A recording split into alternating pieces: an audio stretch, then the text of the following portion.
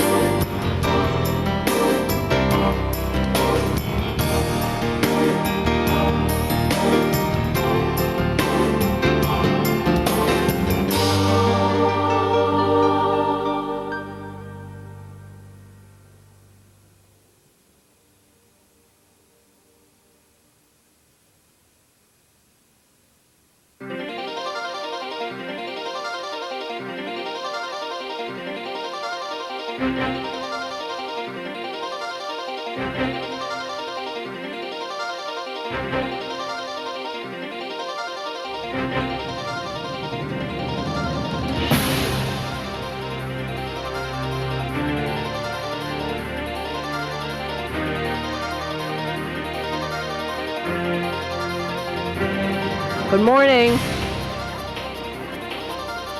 Thank you.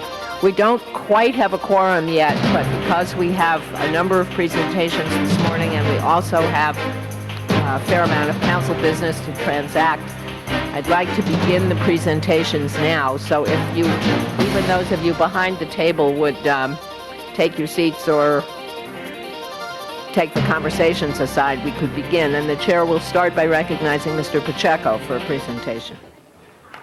2 presentations.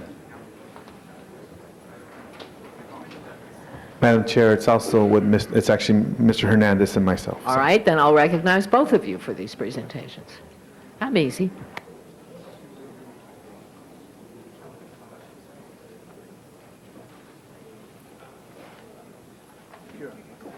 You're up. Okay.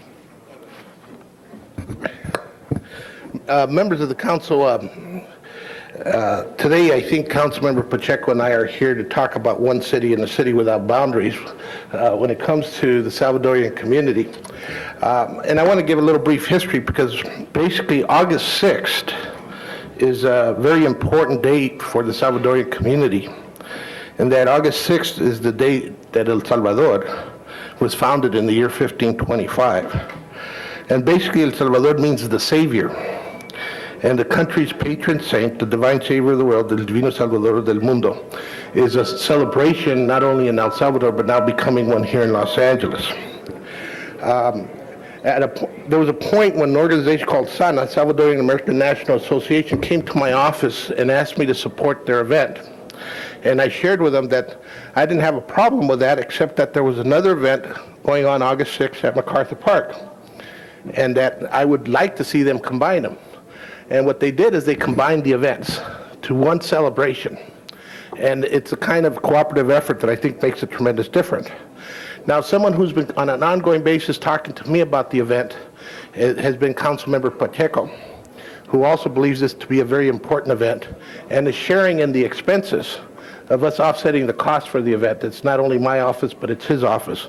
I kind of share that again because I think it's us working together that's making a difference in this event. I appreciate the Salvadorian community kind of leading the way and then celebrating their very important day.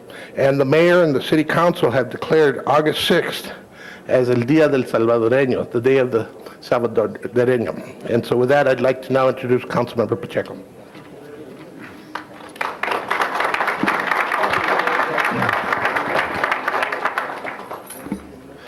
The way I got involved in this effort was through a dear friend of mine, Isabel Cardenas. While I was in high school, I was visiting Isabel and her family, and she was having meetings in the late 70s, early 80s, to discuss the plight of Salvadoreños, not only here in Los Angeles, but in El Salvador during the civil wars. So as I got involved in politics as a student at UC Berkeley, one of the things that I did when I was executive vice president up there was declare the campus a sanctuary for all immigrants from Central America during the sanctuary movement. So here I am now, a council member for the East Side, which is primarily represented by Mexicans or mainly Mexicano families.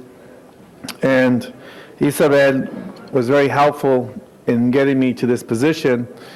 And she believes, as we believe here among ourselves in the Latino leadership, that Los Angeles has a large growing Latino community that includes not only the Mexicanos, the Salvadoreños, all the Central American countries, the islands, the Puerto Ricans, the Cubans, the Dominican Republicans.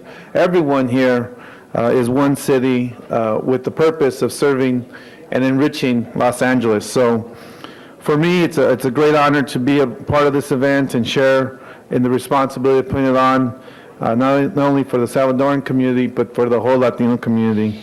And I'd like to bring up my friend, Isabel Cardenas, to tell you a little bit about the event and the proclamation on August 6th and what it means to SANA and what the organization means to the city. So, Isabel. Thank you very much. Honorable council members, good morning, and thank you very much for giving us the opportunity to be here with you and share a little bit about what we are all about. We are Salvadoran American citizens who have been working in the community for over 25 years, and our main goal is to promote the interests of our community by encouraging all Salvadorans to become citizens of the United States while maintaining the principles of both our Salvadoran and American cultures, free of prejudices, and as proud men and women participate and contribute in the integration of the social, educational, professional, and political arena, thereby exercising our right to representation, to create and maintain a positive identity in this country, which shall promote our growth, and allow us to become active in the decisions made by the government of our newfound country. As Councilman Nick Pacheco said, we have been working in solidarity with the people of El Salvador since the late 70s, from the time that our country was going through its civil war. Of course, now the peace accords were signed in 1992, and our way of working, those of us who were working in those days and those of us who are still here, feel that this is a time to work in a different way. All Salvadoran Americans in this country can participate in our organization, SANA, Salvadoran American National Association, and we want to encourage everyone, Salvadorans, to become American citizens. We are quite a number in this country, especially in California, and we feel that our vote will be most important to our community. Again, thank you very much, and I would like to say that we brought, as a token of our appreciation to the council members, pastry from our country called quesadilla. It's really like a cheesecake. We brought enough, and we would like, after our presentation, if it's okay, to serve each one of you so that you may taste it, and then let you know that in the hall we have about 80 of these quesadillas, which you can, if you really like them, share them with your staff and your families. Thank you so much for this opportunity. Thank you.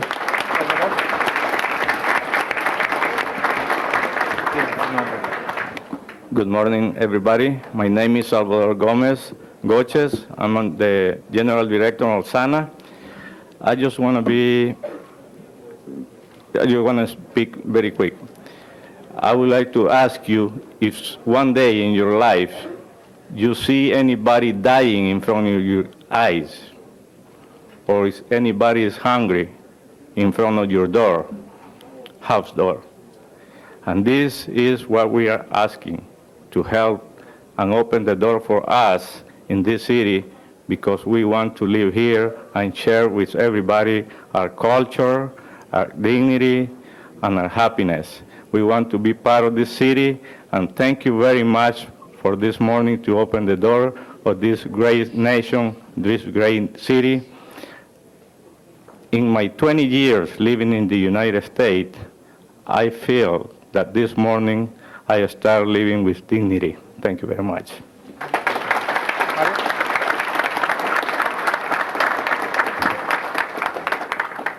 Good morning, dear council members. My name is Mario Gonzalez, and my story as a Salvadoran American begins about 15 years ago, leaving my country with my mother. And basically, throughout the time that I've been in this country, I've been through many of the social issues that have been brought up in political arenas all over the country. You got bilingual education, you got the different forms of education that now are being implemented throughout our schools. And basically, our participation as Salvadoran Americans to have a voice in our society has become essential. And basically, by having Dia del Salvadoreño, Day of the Salvadoran citizen in this city, you're giving us that power. Basically, that power to be able to participate in this society that we form a part of. And I thank you in anticipation for the rest of our directors for your approval of this. And also to tell you that the significance of this is the equivalent of having 4th of July and Thanksgiving mixed into one day, which is the Día del Divino Salvador del Mundo, the Day of the Holy Savior. Thank you very much.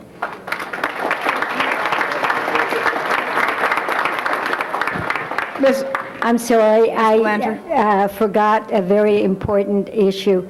On Sunday, August 6th, at Precious Blood Church, 435 Occidental Boulevard, we are having a cultural event that is so important to Salvadorans.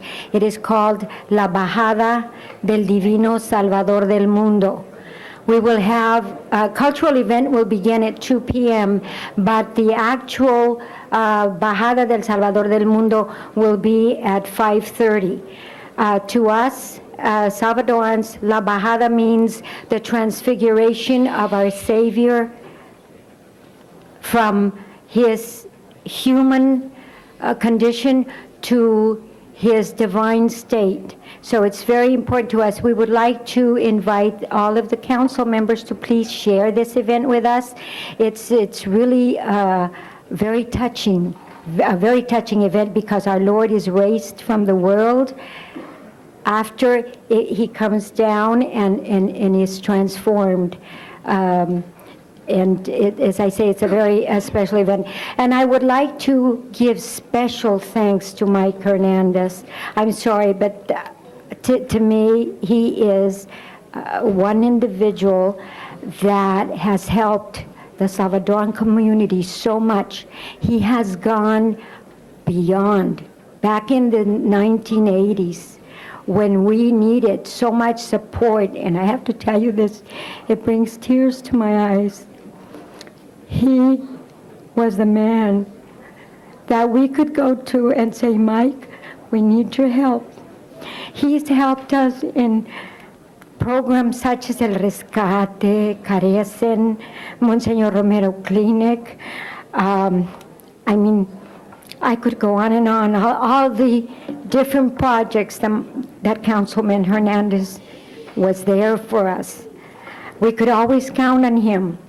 And I think that it was he that really gave me the feeling that anything that we wanted to accomplish, we could, because the Council of Los Angeles was there to help us.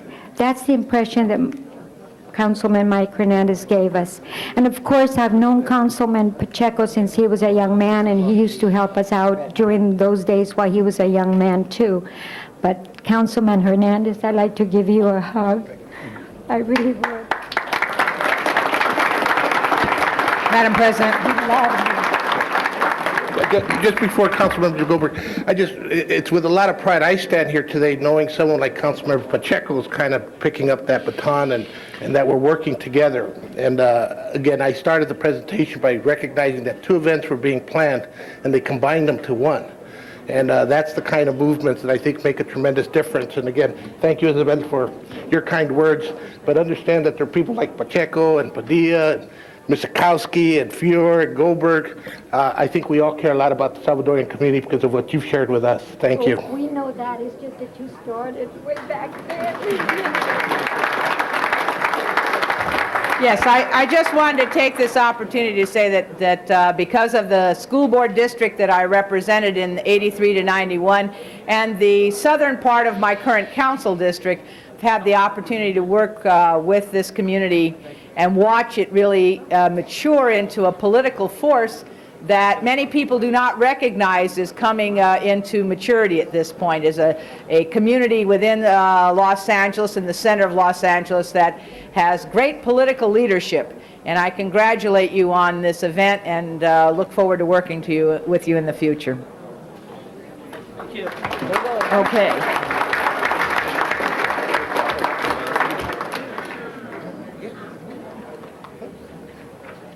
Mr. Pacheco, do you have another presentation? Thank you, Madam President. Otherwise, I'm going to call Mr. Fewer. Do you have another one? Ms. Goldberg, call Mr. Okay. Let's call the roll, since we do have a quorum here. Person Chick, Fury, Galander, Goldberg, Hernandez, Holden, Miskowski, Pacheco, Padilla, Ridley, Thomas, Feuersbach, Walters, Ferraro, 10 members present and quorum, Madam President. All right, members of the council, we do have the commission appointments back before us today, as you requested on Wednesday. I believe everybody who is on the agenda today is a reappointment. And, hold on one second here. Several of them having come here a couple of times, have other places they have to get to. If it's agreeable, I'd like to take up the commission appointments if we don't think it's going to take a long time. We have a number of presentations remaining. All right, go look at them. Now, we're going to try to get these commission appointments done if we can. Unless anybody has a strenuous objection to it, they are items number, Items number 27, 28, and 29. okay, 27, 28, and 29 on the agenda. 27 is Mr. Mulkeen's reappointment to the Board of Civil Service Commissioners. 28 is Mr. Steinberg's reappointment to the Human Relations Commission. And 29 is Mr. Houston's reappointment to the Human Relations Commission. If I don't hear any objections, let's do item 27. Mr. Mulkeen. Any council members just come sit down at the table and we'll see what we can get done here and how fast we can get it done. Members of the council, item 27 is before us. Do any council members wish to say anything? In that case, open the roll on Mr. Mulkeen's reappointment, close the roll, tabulate the vote. 10 ayes. You are appointed, confirmed. Congratulations, and thank you for your patience. Thank you.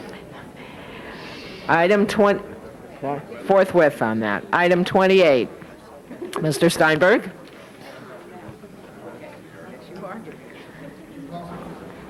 Did I call you? No, I called Mr. Steinberg.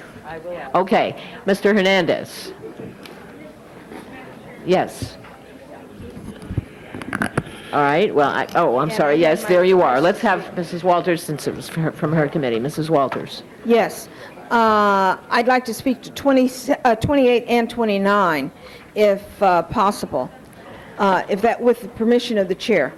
Please. All right. The council members, these two gentlemen came through Arts, Health, and Humanities Committee, and they were present at the committee. I had an opportunity to chat with them.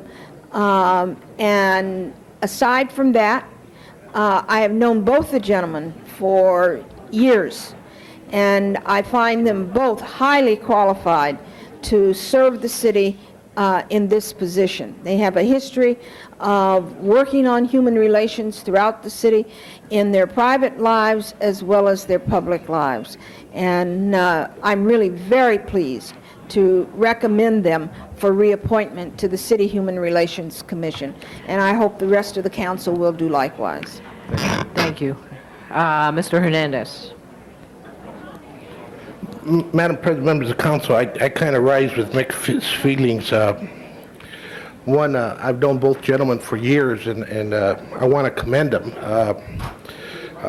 The reality is, Mr. Steinberg in particular, I guess he was on the Human Relations Commission when I was an advisor to the Human Relations I Commission. think he may have founded it. And his role on that commission's been extremely important, and I think he's watched it grow a little and would like to see it grow even more. And I plan to support both appointees today. What I did want to point out is that this commission has a very important role in the city of Los Angeles, and the reality is that we expanded the number of commissioners at one time to 11, so there'd be more inclusiveness. And I wanted to point out to my council colleagues that when you look at the commission itself, there's not a single member who represents the First District, Central American community. You need to understand there's not a single member that represents, according to the geographic makeup, the 9th District. Not a single member represents the 13th District. Not a single member represents the 14th District. Not a single member represents the 15th District. Not a single member represents the 10th District. Not a single member represents the 7th District. Now, from a geographic perspective, I know those districts to be districts with zones of need. Those are the districts where our children are growing up in poverty. And for all reality, those are the districts where the minority community, the people of color, live in. And those are the districts that we dealt with when we were dealing with issues such as the civil unrest. And from a geographic perspective, that is currently a weakness this commission has. Now, I know when we deal with the issue of human relations, we hope to have a perfect world where those are not the questions that have to be asked. But I think to get to those worlds, we have to allow for some kind of representation. So I'm kind of making that comment because I think as commissioners, you got to acknowledge that that's a reality that faces the city. And it might not have the impact on human relations that we might believe it could have, but it does have the impact when you deal with planning issues, when you deal with police commission issues, when you deal with CRA issues, and that's a pattern that this council has been trying to deal with some kind of change. And I just want to acknowledge that because here's one of those situations where it's a real difficult situation because I know the gentlemen who sit on the commission and the work they do and the causes and what they believe in, and I'm very supportive of them. At the same time, there's a deficiency in our system that doesn't allow for that representation citywide. Having said all of that, good morning to both of you. Let's take each item separately. There being no one else who wants to speak, we'll vote first on Mr. Steinberg's reappointment. Open the roll, close the roll, tabulate the vote. 12 eyes. Thank you. You are confirmed. Finally, thank you for your patience and your service. Now let's vote on forthwith on that. Hold on. I was going to do them both at once, Conrad. Let's do vote on, open the roll on item 29, Mr. Houston's reappointment. Close the roll, tabulate the vote. 12 eyes. And it is my pleasure to tell you, you two are confirmed, and to thank you both for your patience and your continued good work. Thank you for coming back. Thank you. Okay, next item. No, let's go back to presentations. Hold on. We were ready to have our presentation. Yeah, well, what happened to Mr. Fuhr?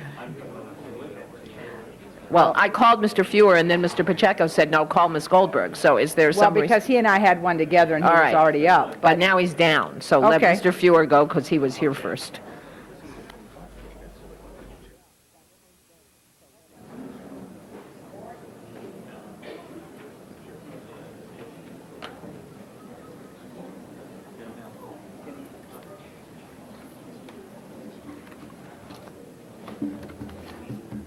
Jackie?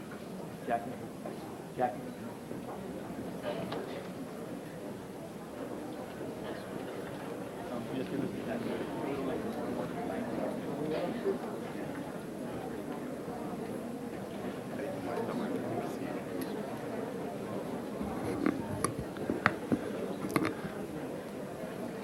Madam President, colleagues, I have a very special presentation this morning. Because of UCLA being in my district, there are a number of very exciting educational, social, and cultural programs that emerge from the 5th Council District. One of those programs, and it's truly an extraordinary one, is the UCLA Migrant Student Leadership Institute. Let me describe the group of folks we're talking about.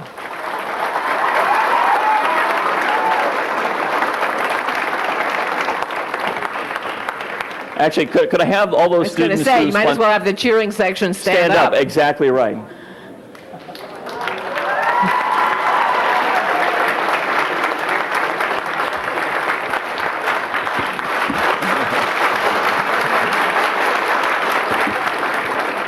One thing they really know how to do at UCLA is cheer. Is clap. You have to have the clap down.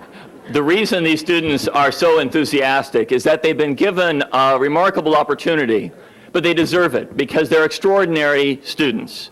All these students are either migrant farm workers themselves or the children of migrant workers. Obviously, their educations have, of necessity, been very different from educations that other kids in the state of California have.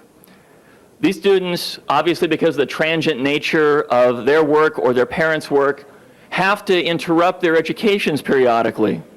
They have to leave friends, mentors, athletic programs, after-school programs. There's an enormous array of obstacles that these students have confronted. And at the same time, they and their parents and their predecessors have been engaged in important struggles in the state of California. Struggles to reduce the use of pesticides, to struggle for wages on which they and their families can subsist, to effectuate agricultural reform. An array of important changes in this state are directly attributed to the work of the migrant communities. This morning, it's my pleasure to recognize the work of this special program, but I want to actually ask Camilo Cruz from my office to come stand with me for a second. Because Camilo, who has been a terrific member of our staff, has taken it on himself to really extend the work of our office and work closely with this team that we're recognizing this morning. In particular, working with the program director, Juan Munoz, to develop leadership ideas and how the program might work best. As a result of that working relationship, Dr. Munoz was nominated by me to join the Workforce Investment Act Youth Council, and the mayor has indeed made that appointment. Camilo has really brought to the forefront in this city the importance of this program, and I really want to recognize your work this morning, Camilo, as well.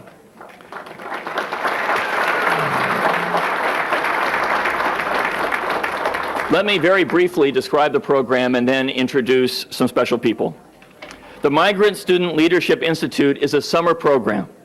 It seeks to empower these students by getting them a 5-week program with access to a high-powered college-level curriculum and training them to be effective leaders through exposure to special cultural and arts programs, a history and community alliance building curriculum.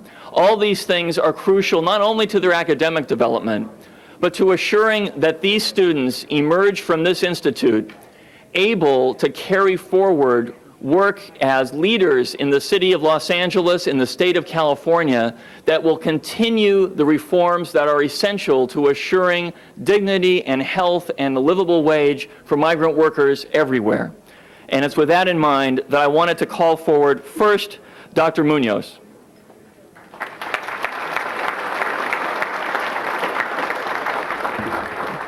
Dr. Munoz is the program director. Behind him in the special blue and gold shirts are the program coordinators, who include among them parents of these students. Dr. Munoz, I would like to give you this certificate on behalf of the City of Los Angeles and ask you very concisely to say a few words about the program, which is a very meaningful one, and we're all proud to recognize the achievement this morning. Juan? I will be brief in my remarks. I'd like to thank formally, I see, all right, thank you for that. I'd like to thank the council for recognizing this very meritorious program, and in particular the office of Councilman Mike Feuer. Although I live in a different district, I'm particularly pleased to work in a program in his district and sort of dually represent civic responsibility. As he's already said, this is an extraordinarily deserving, remarkably talented group of students that have every obstacle ahead of them, but they have a tremendous resiliency, tremendous tenacity, and a tremendous amount of hope, which was the name of the bus driver that drove us down here. He said... we planned it all just right. Well, I said, I hope we get there. And we're here, and we're very pleased, and particularly I'd like to just end by saying on behalf of the Chancellor's Office, for whom I work while at UCLA, thank you for this honor, and thank you for the opportunity to serve these students, and thank you because of your presentation today and your recognition will certainly encourage the likelihood of this program taking place again at UCLA. Thank you very much. Good. Juan, hold that. I'll come back to you. Come back to this. Juan will also accept a certificate for Dr. Raymond Paredes, who couldn't be here this morning. And we have certificates also for Dr. Chris Gutierrez, who's the UCLA faculty advisor. Accepting that recognition this morning for her is Joanne Lay.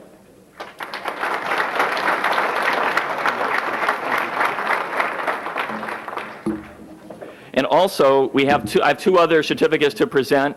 One is to Jose Manuel Camacho, who's the president of the State Parent Advisory Committee. Accepting for him is a parent and one of the coordinators of the program, Francisco Silva.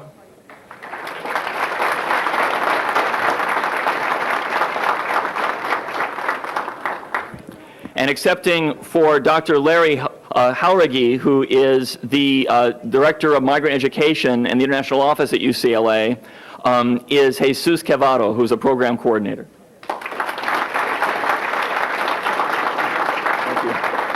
Colleagues, as I conclude this presentation, I just want to say, if you think for a moment about the kids with whom you've come in contact, either your kids or grandkids or kids in your neighborhood, and compare the advantages that they've had to the lives that these kids have had, and recognize what enormous progress these kids have made and will continue to make, it is really a delight to have them presented to all of you today, because these are future leaders who are given access to the tools of leadership by the UCLA program. Congratulations to all the students, to the parents, the program coordinators, and thank you very much, Madam President.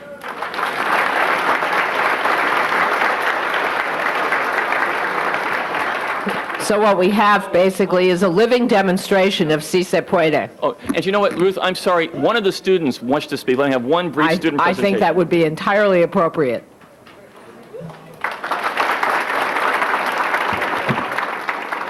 Good morning, honorable council members. First to begin, I would like to quickly begin with a clap, a unity clap that we begin at the beginning of any and all of our gatherings, which is originates from the United Farm Workers, and it is a demonstration of solidarity and strength in our community. So if you would please join us.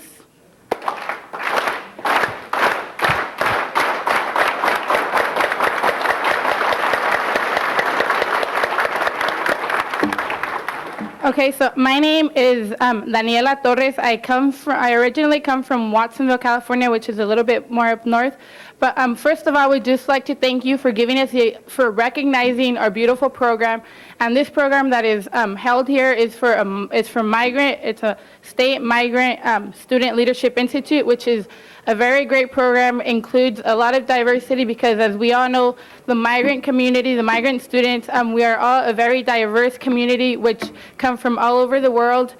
And here in the LA area, many of our people, many of our students who attend come from the LA area, and it is just a wonderful experience and a one lifetime experience to be able to attend UCLA for a summer, which is one of the best universities in the world, and just to give us the opportunity to experience that life, to experience the greatness of the campus, how beautiful it is, the different professors, and give us just all the opportunities that there is.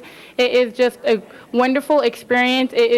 We get like the most out of this. This has been the greatest summer that I've been through, and just like the funding that the state gives for it, it's just a wonderful conference. It's like we would just like to thank you for honoring our program, and hopefully you can support it so it can continue and other students can just learn from this program. And simply what we learned, one of the most important things that we learn is to go back to our communities and give back to our communities what we have learned, and things that are only going to benefit the country and just our state, and will make us be the future leaders of America. Thank you. Thank you. Chair recognizes Ms. Goldberg for a presentation.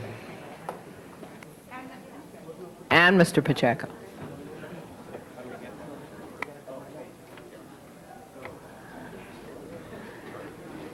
And after this, I'm going to resume my place in line since I was here first, and then Mr. Bernson also has some presentations. Could I ask the members of the Los Angeles Filipino Association of City Employees to come forward, please? And join us.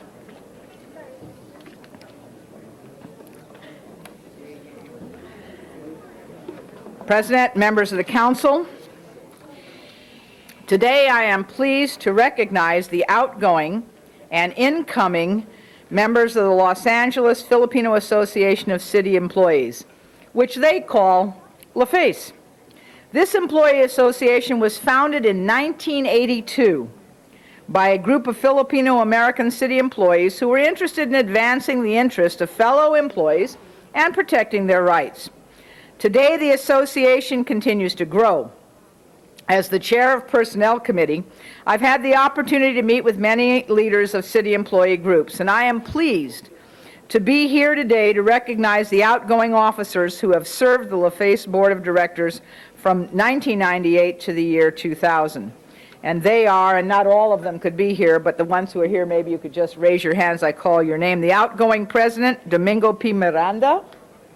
The outgoing vice president, Caridad Cuento. The other vice president, Caroline Lorenzo. Another vice president, Lydia Lota. The treasurer, Edna Brown. Assistant treasurer, Feli Pingo. Auditor, Tessie De Vera. Corresponding secretary, Elizabeth Gotti. Not here. Recording secretary, Katrina De Leon. Public relations officer, Gloria Niega. And immediate past president, also vice president, Lydia Lota. I want to take this opportunity to thank each and every one of you who are outgoing officers for your 2 years of service. And now I'd like to ask Councilmember Pacheco to recognize the incoming officers. You have the list. Okay.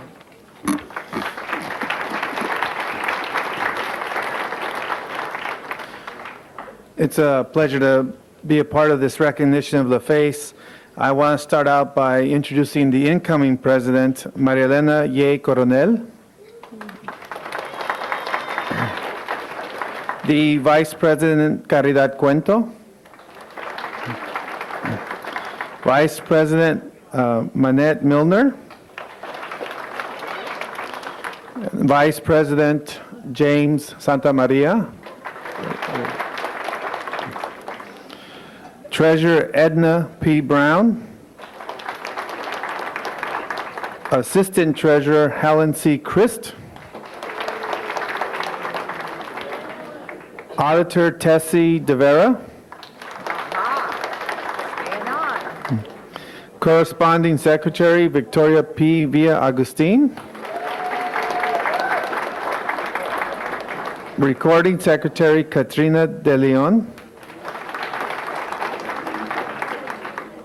Public Relations Officer, Gloria Niega. And the immediate past president, Domingo P. Miranda. I want to just encourage you, the leadership of LaFace, to continue to advocate for your members. Whether the organization is sponsoring seminars and professional development, which they do all the time, or workshops or mock interview sessions, whether they're working on promoting Filipino-American culture by sponsoring special events here at City Hall, or representing your members on the Citywide Affirmative Action Advisory Committee, I wish you continued success in all of your endeavors. And now, Mr. Pacheco and I would like to present to your incoming officers a congratulatory certificate of appreciation for your exemplary efforts to encourage and inspire excellence in city service, and wish you continued success in all your endeavors.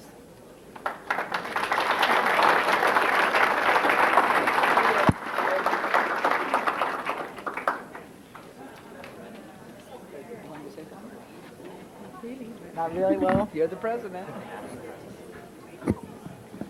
And then we'll go back and take some pictures in the back.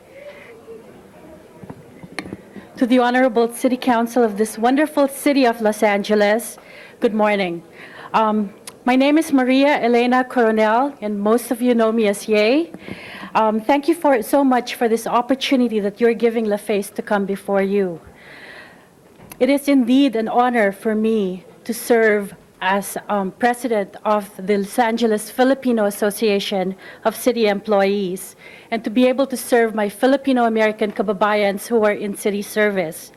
Together with my fellow elected officers, we are promising full 2 years of fun-filled activities, not only for the advancement and betterment of the Filipinos who are in city service, but also for the promotion of the Filipino culture throughout the city of LA. Special thanks we would like to give to Councilmember Pacheco and Goldberg, in whose districts reside the largest number of Filipinos in the city of LA. Thank you again for this opportunity and for the recognition that you're giving LaFace.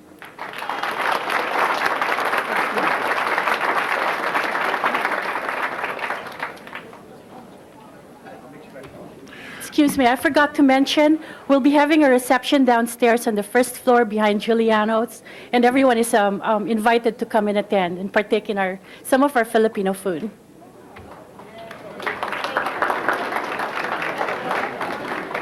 Boy, today's going to be a good day, huh? A lot of food.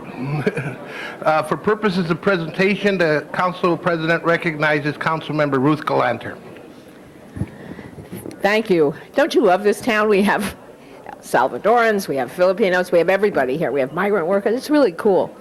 I have a different task here this morning. My task this morning is to acknowledge two different people who have served the city well and for a while and patiently, and to wish them well in their future. Let me start with Jim Sobczak, whom many of you know, who is retiring from he's retiring from the Office of Administrative Research Services, but he spent most of his career in the same office working for the city administrative office. Jim's been with the CAO's office since the mid-1970s. He's been a chief administrative analyst since 1997, overseeing massive budgets of the Los Angeles Police Department, Fire Department, Department of Animal Services, and the Department of Building and Safety. You should have been here through the last couple of weeks while we had closed sessions on these things. Since 1999, he's been responsible for citywide revenue forecasting and budget coordination. He's received special recognition within the city for his hard work, dedication, and extraordinary professionalism. And he's just been grinding away all these years, doing his job and doing it well. And I think it's only appropriate that we take the time to acknowledge his work. He's now decided he's had enough and he's retiring. After all, he started in the mid-1970s. And so I wanted to take the opportunity to ask him and his family and his coworkers, many of whom are in the audience today, to join with all of us in honoring Jim and presenting him with one of these lovely, long, involved resolutions that recites his entire life history, and acknowledges that after all this time with the city, he's decided maybe he ought to spend a little more quality time with his wife, Karen, and his children, Megan and Kirk. Is everybody here? My wife and my daughter. Stand up, stand up. And I see your sister is here. And many of you also know Jim's sister, Judy, who's been downtown and then at the airport, who does not want to stand up. It's okay, Judy, you don't have to stand up. Just hide there in the corner. So, Jim, before I let you talk, I know you've been waiting 30 years for this moment, but before I let you talk, I do want to, first of all, give you this resolution from the City Council and thank you for all your years of service. And I want to let the boss here have a word before we give you the microphone. Thank you so much for your hard work. Bill? Thank you. This morning we had a little reception for Jim, and I promised him, as only I can promise him, that I would embarrass him as much as possible this morning. And for those of you who don't know, Jim's been our budget chief, basically. And he's been what I characterize as the foundation of the budget process, because he's been responsible for revenue estimating, he's been responsible for ensuring that the budget is put together, but also that on an ongoing basis throughout the year, that we monitor the process to ensure that the programs that the city develops, administers, and provides to the citizens are done as well as possible. But Jim is, we have a lot of people from, I want to say the CAO, the heck with the new name, from the CAO here as a testament to not only their respect for Jim, but their absolute deep admiration as not only as one of our chiefs, one of our professional staff, but more so as a person. This is truly an exceptional person. It's been my pleasure to work with him the last year, and I think I've done enough to embarrass him, but thank you very much.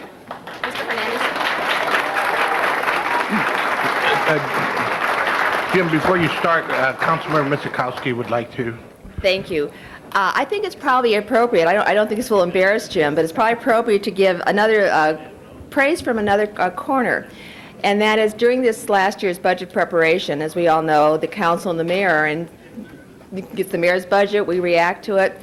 And I think the highest level of praise came from Kelly Martin, who said on revenue forecasting, Jim has just been phenomenal. She said, we don't know how he does it. We get the computers, we get these high-paid financial advisors from outside, and Jim just comes with a little pencil and paper and lays it out, and he's always right. So we're going to be, I think, sorely missing you and Jim's incredible capability over the last 30 years to keep us on budget, in forecast, and be able to put the programs together we do. So Jim, I thought you'd appreciate that story because I know I took it for a very high level of praise. Congratulations. And again, before you start, Jim, the Chairman of Budget and Finance, Councilmember Fuhr, would like to say a few words. Thanks, Mr. President. Jim, I just wanted to say for a moment, we take so much for granted as we get our work done here in City Hall, but it's actually not appropriate to do that because you in particular have been such an important, played such an important role in getting us information we need, and to be able to rely on it implicitly is just crucial for us, and that is how we've been able to function. And from my standpoint as the Chair of Budget Committee, I just wanted to say a tremendously heartfelt thank you for making our job so much easier than otherwise it would have been if you weren't here. Your departure is going to be very complicated for us to deal with, but we'll get by somehow, maybe by email from you. Congratulations. Okay, Jim, on my 9 years of the council, I haven't heard you say a lot of words, so this will be my first chance to hear you. So. Well, I think I'll continue that tradition.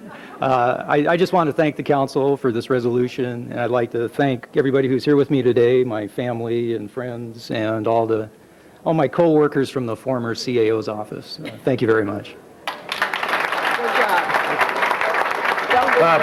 Jim, before you leave, we have one more member who'd like to Before you leave, I just want to add my best wishes and thanks to you, but I want to answer the question that Cindy posed. And Jim, tell us how you really do it. It's a crystal ball, right? As Councilwoman Galander just asked me, I think she suggested maybe it was with animal entrails, which I think is pretty close to what we do. Yeah. It works just as well. Okay. All right. For purposes of a second presentation, Councilmember Galander. Yes, thank you. I'd now like to ask Marcia Volpert to come up here. I know that all of you know Marcia Volpert. Some of you have known her actually longer than I have, but we have Marcia with us today because she is leaving, actually has left, the Board of Water and Power Commissioners after 7 years there. But that is only part of the service that Marcia has provided to the city. And, we just got through congratulating Jim, and he did wonderful work, but he got paid for it. Marcia does it out of the goodness of her heart. She didn't get paid for her work. She has spent more than 25 years as a dedicated member of the Los Angeles City family. She served as both president and vice president of the Board of Civil Service Commissioners. She was a member of the Blue Ribbon Committee for the Los Angeles Convention Center and a member of the Los Angeles Ballot Simplification Committee. I know her best through her work at the Department of Water and Power, where she has been conscientious, persistent, thoughtful, polite, patient, and I'm sure I'm leaving out a whole lot of things, and I think that at least for a while you even had fun doing it. Unfortunately, Marcia was not reappointed to the commission, and we could not let her leave the city of Los Angeles and all these years of dedicated public service without taking the time to acknowledge that this is a woman who has really given an enormous amount of herself to all of us here in the city. And there are many people who do that, but there aren't so many who do it for 25 years, year after year, switching when they're asked to from one position to another position, learning a whole new arena, and mastering each new commission, each new appointment that they get. And Marcia, I can only say I'm going to miss you a lot. I already miss you a lot. But we have, apparently I'm not alone, because we actually have a resolution signed by everybody in the City Council. We want to all thank you for your service, wish you well. I believe your husband and your daughter are here. Maybe we should have them come up as well. They're waiting in the corner. Hi there. So let me present this to you with my very best wishes and a lot of gratitude for the hard work that you've put in. Thank you, Ruth, and thank you, all the members of the council. Marcia, if you don't mind, More people are going to I talk hate to have to Oh. interrupt you, but that's kind of my role. I got to give the members Absolutely. priority. And at this time, Councilmember Chick would like to say a few words. Where is that?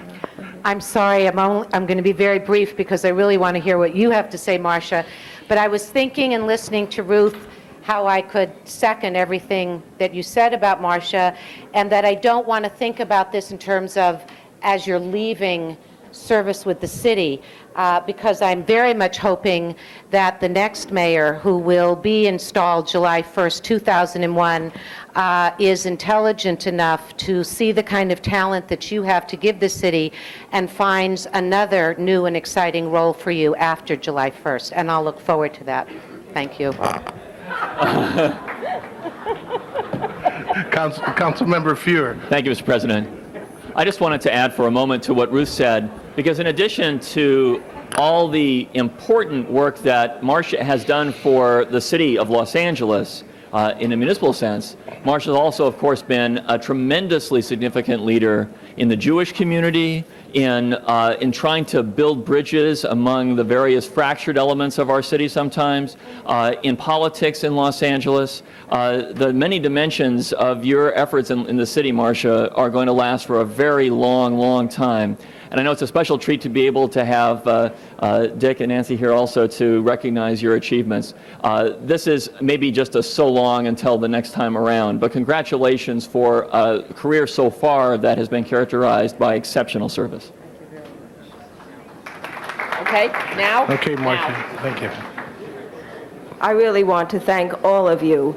As has been said, I've been a volunteer in City Hall since the early 70s when I first served on the Ballot Simplification Committee. I was appointed by John Gibson. That gives you an idea how long ago it was. I stand here representing all of those who volunteer in city service. I think it's a noble cause, and I'm proud to have been asked to serve so many different times. By the way, both Republican and conservative, liberal, democratic leaders of our community. It is nice to be thanked, Ruth. We don't do what we do for the thanks, for the acknowledgement, but it is certainly very nice to be acknowledged, and I appreciate it very you certainly much. earned it. Thank you. Come in the back. We're going to go up. Yes. Thank you, Mr. President. Okay. The Council President recognizes Councilmember Bernson for the purpose of presentations.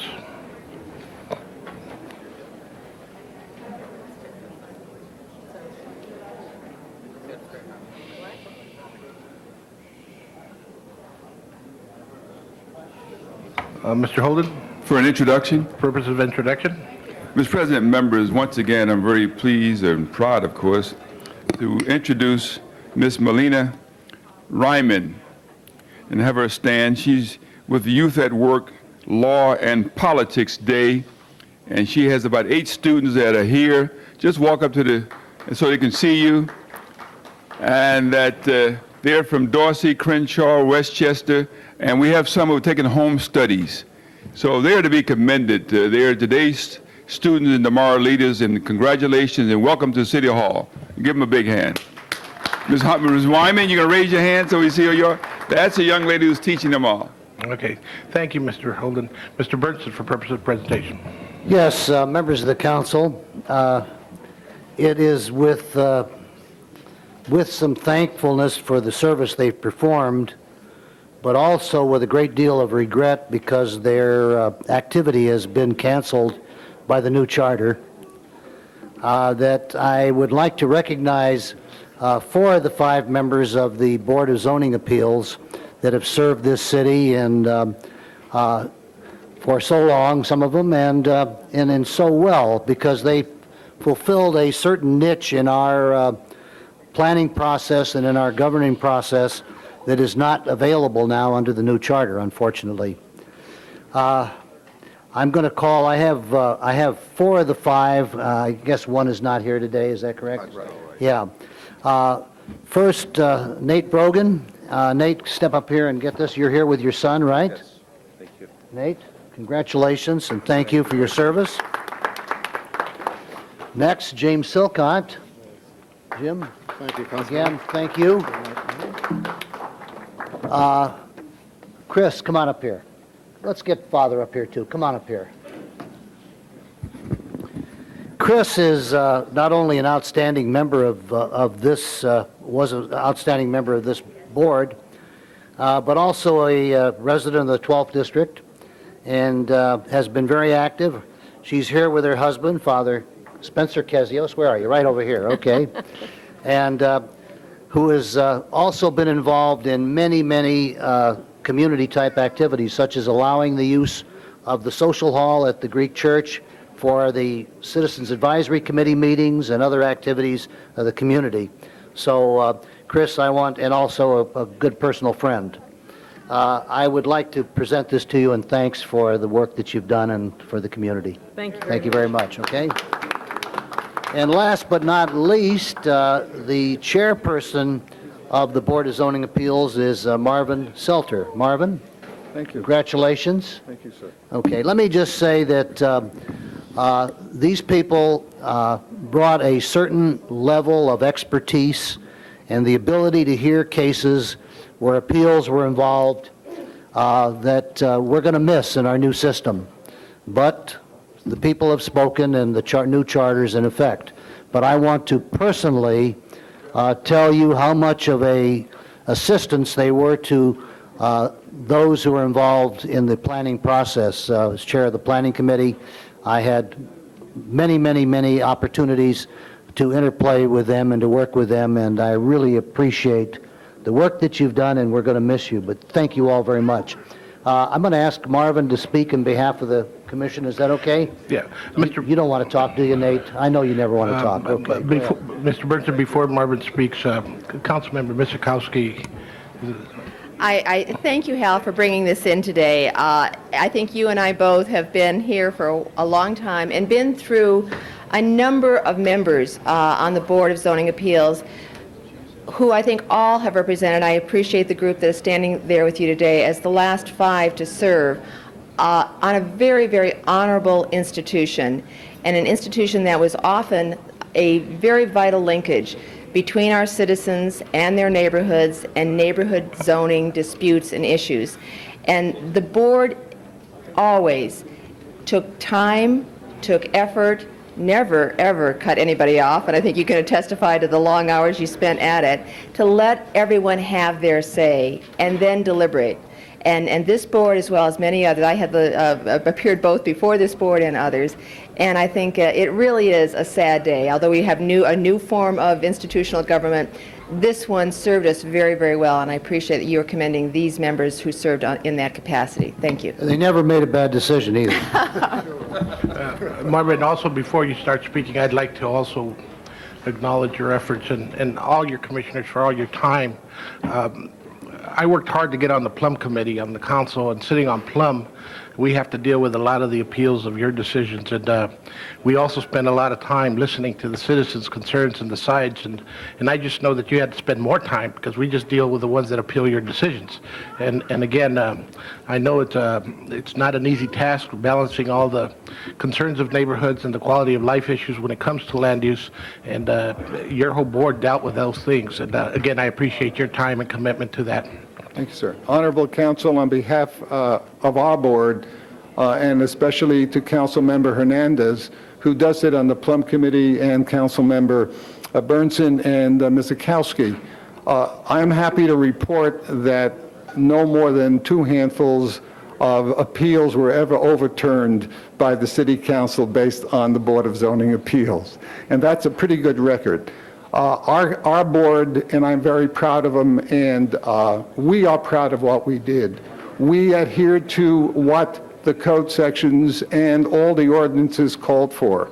And we tried to act as a Solomon, and I think we did well. And on behalf of the board, I want to thank Councilman Burnson and all of the City Council for these presentations. We will cherish them. Thank you. We're going to go back and take some pictures back there, okay? Bring the family back, okay? Thanks, Sal. Thank you. Okay, next, we're going to recognize an activity that we're very pleased with that's taking place in our district. That's involved with the crash program. Yes. Board of Zoning Appeal. Who's the other member that wasn't? They'll mention it to you over here, okay? Just one member that's not there today. Where's it? They mentioned your name up here? Yes. Yeah, the other member is Hodge Dahl, who was not able to be here today on the Board of Zoning Appeals. Where's Candido? Come over here, Candido. And where's the officer? What's the officer's name? Officer Harden. And Officer Harden. These two individuals have been extremely involved in an activity that is very, very important to our community. That's dealing with kids who are on the edge, kids who have a problem that without some assistance could wind up in a lot of trouble. Some have been in trouble, but have pulled themselves out of it because they have an activity and they have some people who are interested in helping them. And that's the CRASH program, which we're very, very, Jeopardy, excuse me. Okay. The Jeopardy program, which has done a very, very good job in our district, in which these two gentlemen have been extremely involved in. We're going to introduce a couple of people we have resolutions for. First of all, I want to bring forth Cindy Zamudo. Cindy, come over here, Cindy. Cindy, this is the second year, right, Cindy? Yes. Cindy has been the champion Golden Gloves heavyweight division for the past 2 years. And she comes out of this particular program, and we're very, very proud of you, Cindy. Thank you. Okay. Also, I want to recognize the efforts of Pam Sorensen, who's been very involved in working with the children of our community.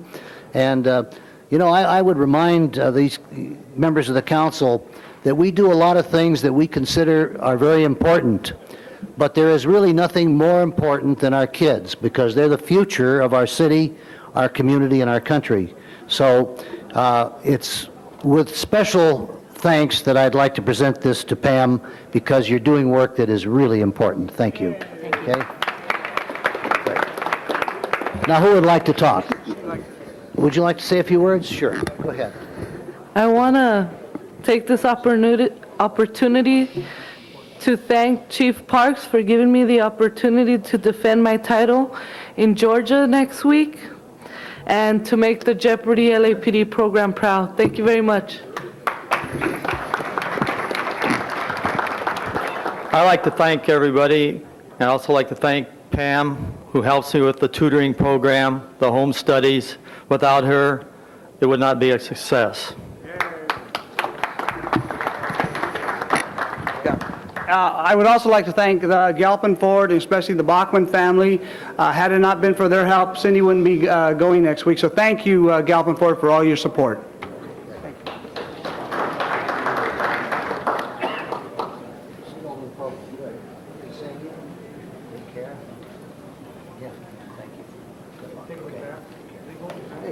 What? I'm going back. Wait, Richard? take them back. Okay.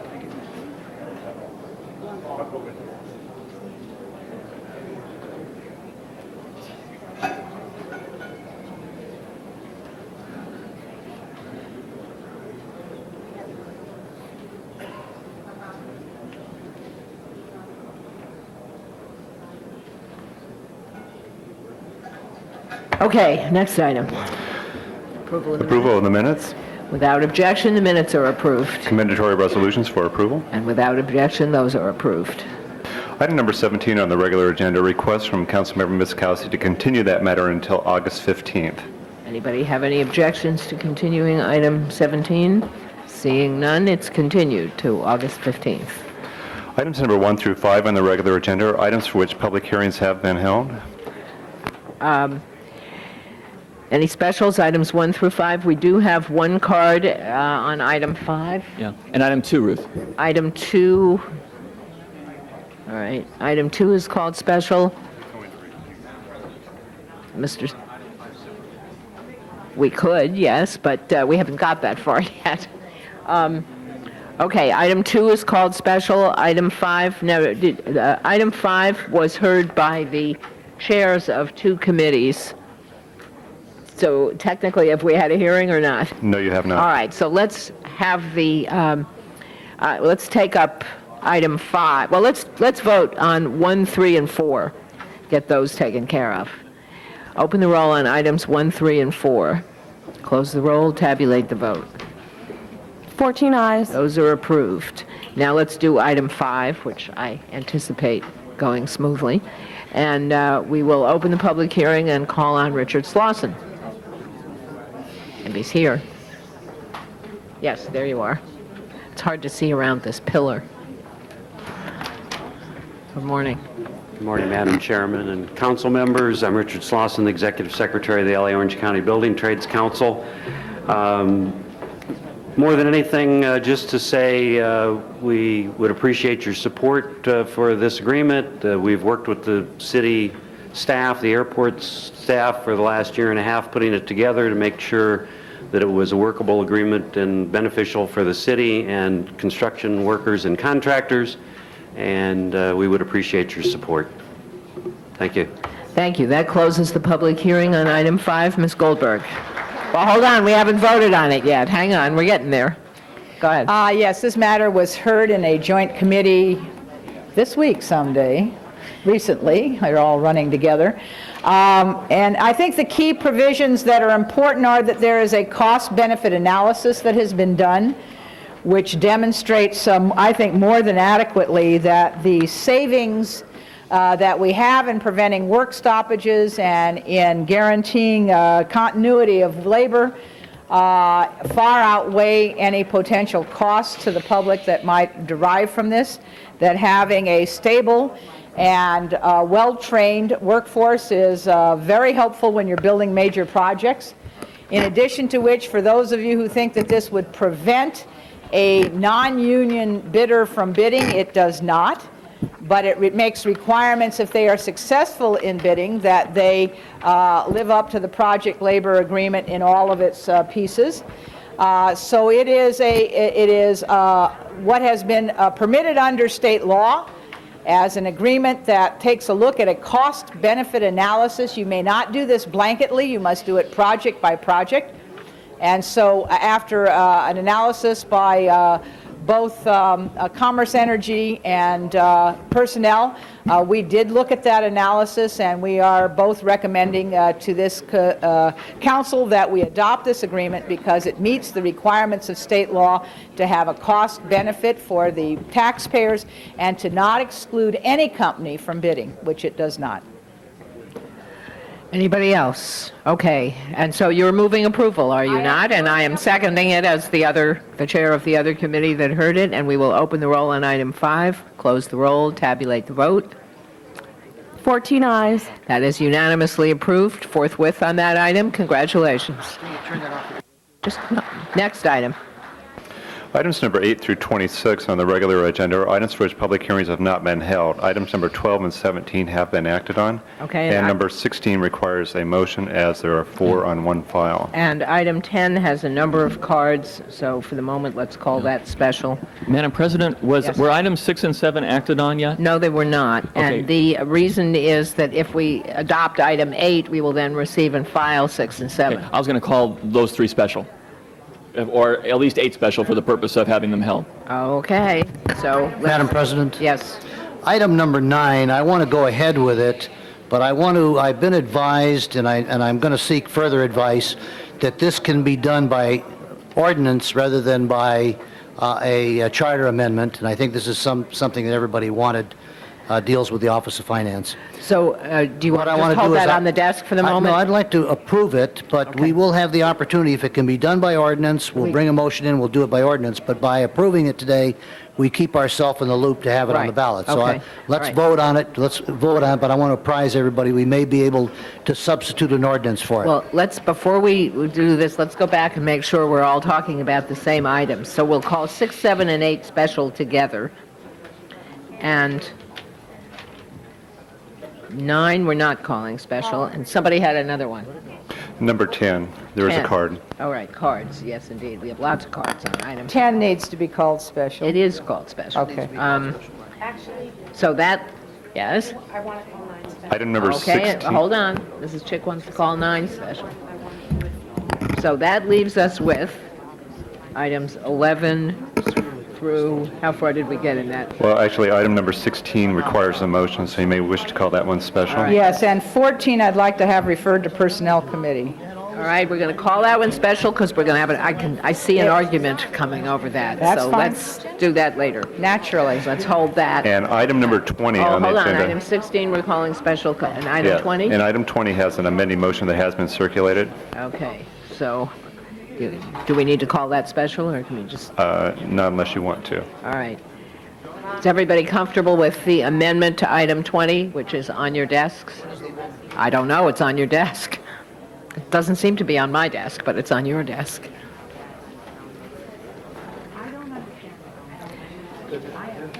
All right, so we are now going to try opening the roll on items 11, 12, 13, 15, 18, 19, and 20 as amended.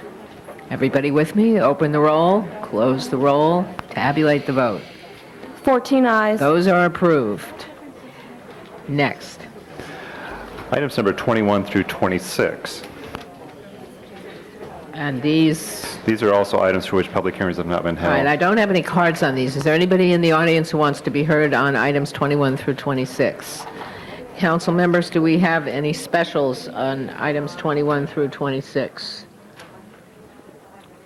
Seeing none, open the roll. The public hearings are closed, and open the roll on items 21 through 26. Close the roll, tabulate the vote. 14 ayes. Those are approved.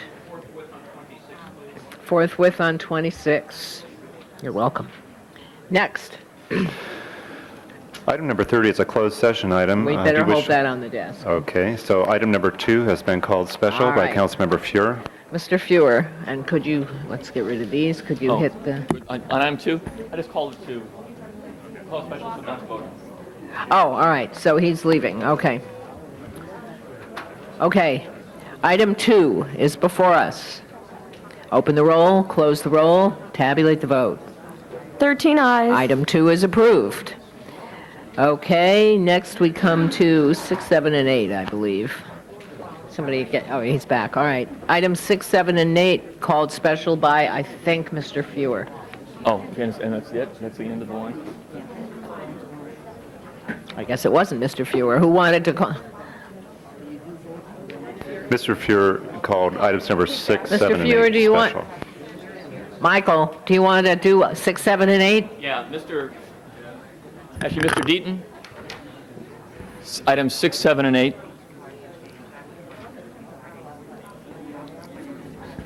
Madam President, Mr. Deaton wanted to have some remarks on those items. I should have known. Okay, go ahead. Items 6 and 7 you should receive and file, and place 8 on the table, and special 1, which is the ballot measure, which is the ballot language change.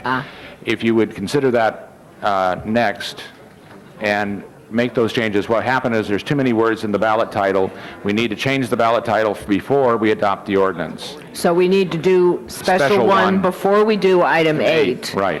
And so, all right, let's do it in this order. Will this work? First, we do special 1, which gets the number of words down to where it's supposed to be. I think you should disclose to the world that it turns out the county won't count hyphens, or does count hyphens. Counts hyphens as 2 words, not 1. Yeah, well. It's very short-sighted on their part, but nonetheless, they do it that way. It does make the ballots shorter, though. I was thinking of 1 word was just, never mind. Yeah, never mind. So we're going to first do, that's the reason for change for special 1. Yes, it is. So we're going to first vote on special 1, then we're going to vote on item 8 as amended by special 1. Well, it's not actually amended, but... It's, all right. But the title has to be done before the 8 All right, is so as titled, but as a result of special 1. So we'll do special 1, then item 8. And receiving. Then, assuming that has passed, we will then receive and file 6 and 7. Okay? Very good. Okay. Special 1 requires findings to be made by the city attorney. Mr. City Attorney. Madam President, members, in order for the council to consider this special motion, there is a determination that needs to be made by the council that under the provisions of the Government Code and Rule 23, that there is an immediate need to take an action, and that the need for action came to the attention of the council subsequent to the posting of today's agenda. Both of those were so advised to us by the city attorney's office, and I think we've complied with those findings. I think we have. All right, open the roll on the findings, close the roll, tabulate the vote. 14 ayes. Okay, so special one is now before us. Open the roll on special one, close the roll, tabulate the vote. 13 ayes, 1 no. That is approved. We'll now take up item 8. Yeah, let's do forthwith on that. Then let's do item 8. Anybody want to say anything? Good. Open the roll, close the roll, tabulate the vote. 14 ayes. Item 8 is approved. Forthwith on that as well. Receive and file 6 and 7. Thank you. We now have a motion to receive and receive and Madam file. Chair. Whoop, Mr. Pacheco. Can I be registered as a no on item number 8? I believe? Yes. Thank you. Record Mr. Pacheco as a no vote.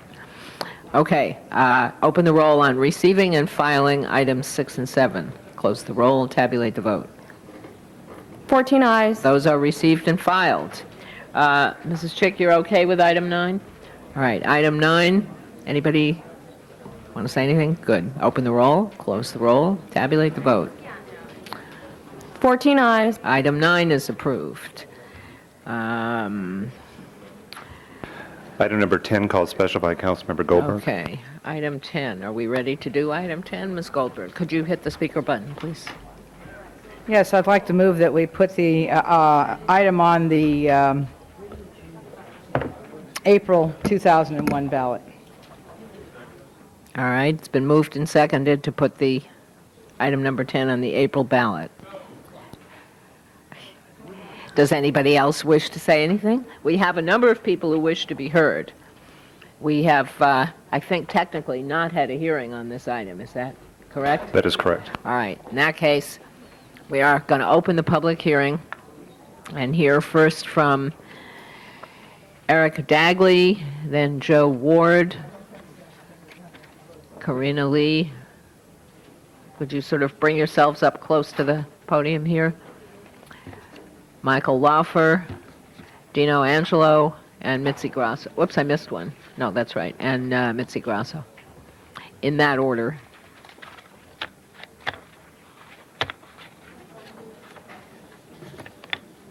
Good morning, council members. My name is Officer Joe Ward from the Los Angeles Police Department. All right, we're not going to do it in that order. Go ahead. I'm a 10-year veteran of the Los Angeles Police Department, and I've recently been assigned to ORS section within the department. This section gives officers the right for their defense. It allows them a person to talk to and a person they can confide in to any penalties they might have come under from the Los Angeles Police Department. I feel that this unit is of vital importance to the Los Angeles Police Department, to the very core of it. It allows the family members an access to counsel. It allows the family members a plethora of ideas and things that they might need to help their family during turmoil, such as an officer being relieved of duty or an officer being placed on suspension. I feel that this unit is important to the very core of our department. I would implore you to allow this unit to not be discharged and allow its members to continue their job, which is helping and assisting officers of the Los Angeles Police Department. Thank you for your time.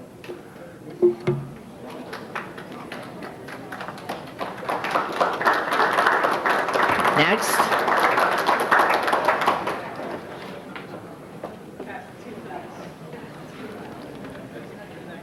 Good afternoon, honorable members. My name is Karina Lee. I've been a police officer for the Los Angeles Police Department for approximately 8 years. I have 22 years to go, and I'd like to make sure that what I have to say today goes to the heart of each and every person in this room.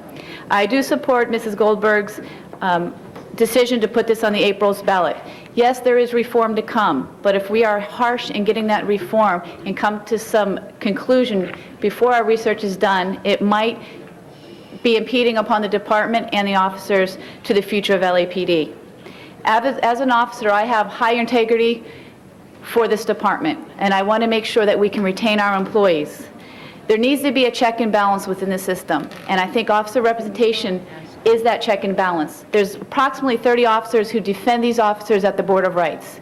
There's over hundreds of officers assigned to IA to investigate and to present these findings. What we're asking is that we have zero tolerance as police officers for any type of corruption. And once that corruption comes to our attention, we bring it immediately to the department's attention. We just want to make sure that these officers' concerns are addressed and that they do get an impartial hearing and that they are not targeted by political agendas or issues. Officers have rights also, whether it's from the Constitution, federal, state, or local, and we want to make sure they are protected, whether it's double jeopardy or statute of limitations. If you choose to get rid of officer representation section, who would be that check and balance? Will it be IA? Would it be the lawyers that represent these officers? Like I said, as officers, we have ownership, and we want to make sure the integrity of this department is intact. So please keep that in mind regarding the due process when you do choose to vote, and understand that officers want to be here. We want to represent LAPD in the best possible, and we really would like to have an impartial investigation that occurs. Thank you. Thank you. Next.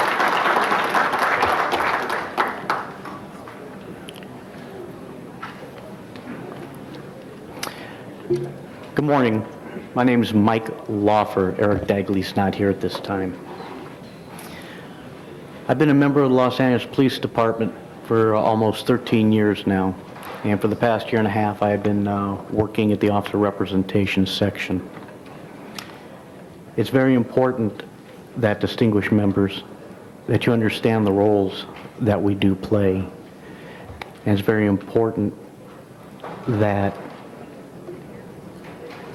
on-duty representation is not taken away from the membership of the Los Angeles Police Department. Our roles consist of assisting and facilitating in the investigations, the administrative investigations that must take place. And we do that in accordance with the Government Code 3300, Public Safety Officers Procedural Bill of Rights Act.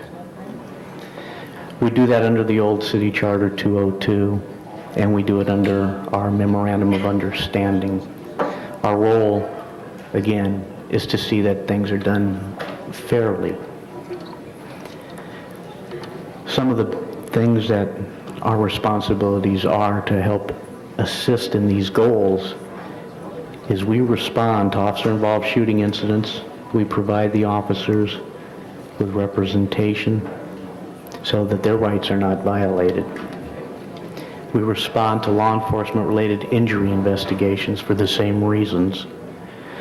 We facilitate internal affairs investigations of personnel complaints by assisting the officer through difficult and stressful times, letting them know that corruption is not tolerated. We also participate in what's called Board of Rights, a trial board, and these are very stressful times for the officers. Our roles go beyond just our normal duties of researching and preparing the case and presenting the case on behalf of the officer. We are a support for the officer that has to go through these stressful times. There is no other support group. Things that we do are very important. We have much success in proving at these administrative hearings that our officers are not guilty of many things. Yes, there is problems in the department. We do not condone corruption. I think it's very important that we support Ms. Goldberg's motion to put this off for the time being until the April ballot. I urge you not to take this away from the membership. Thank you. Thank you.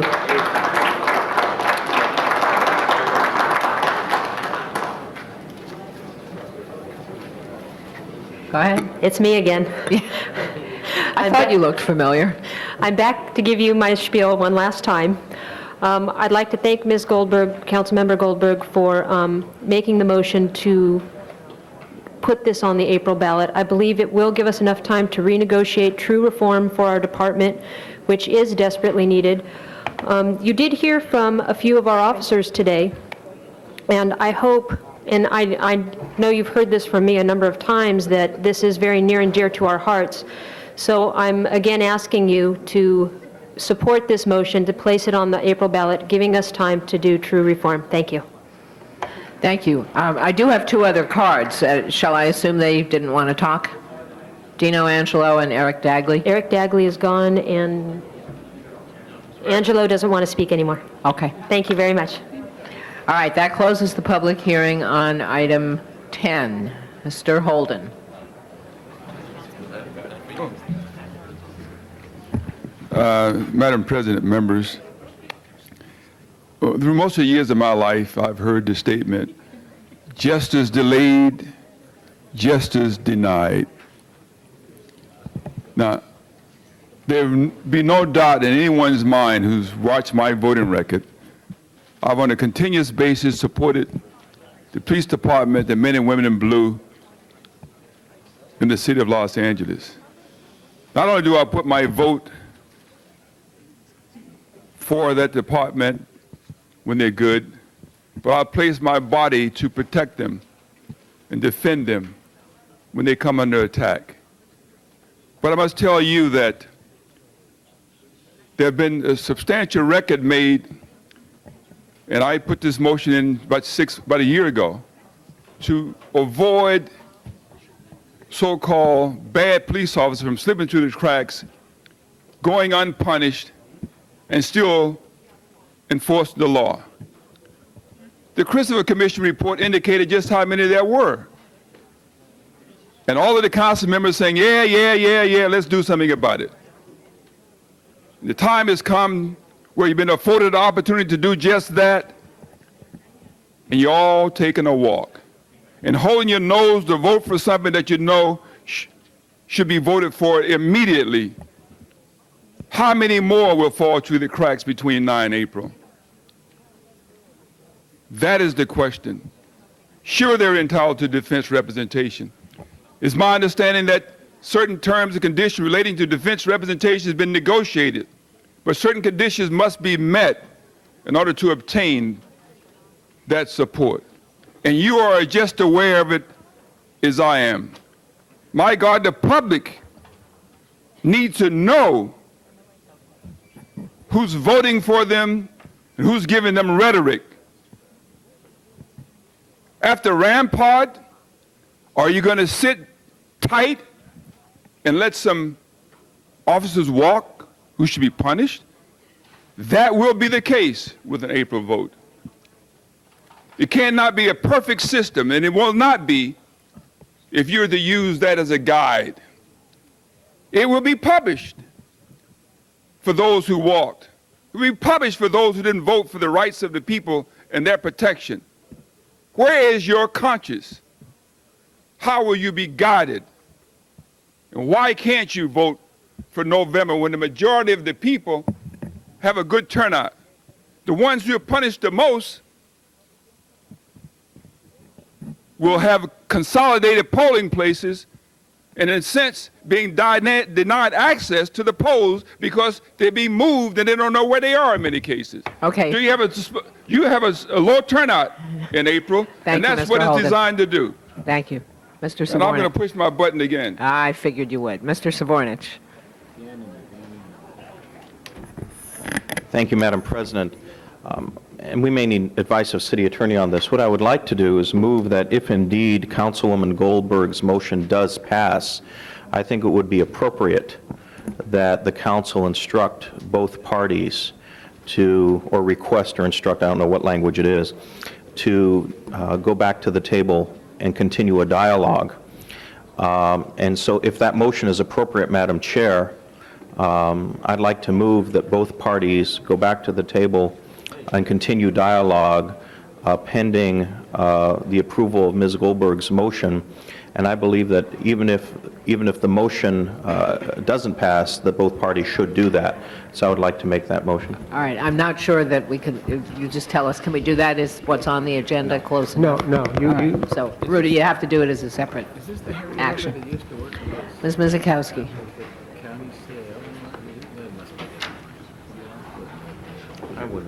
Ms. Mizikowski, did you want to be heard? Mrs. Walters also wants to be heard, and Mr. Holden pushed his button again. I was going to move the previous question. Well, hold on for a while. We'll call on you again. Mrs. Walters. Has anyone moved that this go on the ballot in November? No, that would be a substitute motion. You'd have to move that as a substitute for Ms. Goldberg's motion. I move that as a substitute for Ms. Goldberg's motion, that this go on the ballot in November. Okay. And this should go on the ballot in November, because not to put it on the ballot in November will mean that officers who have been involved in these horrible activities run the risk of not being standing to account, not being held accountable for their actions. And I think that would be a travesty. This must go on the ballot so that no statute of limitations runs on these officers by waiting until April. Mr. Holden. And I second the motion. Okay.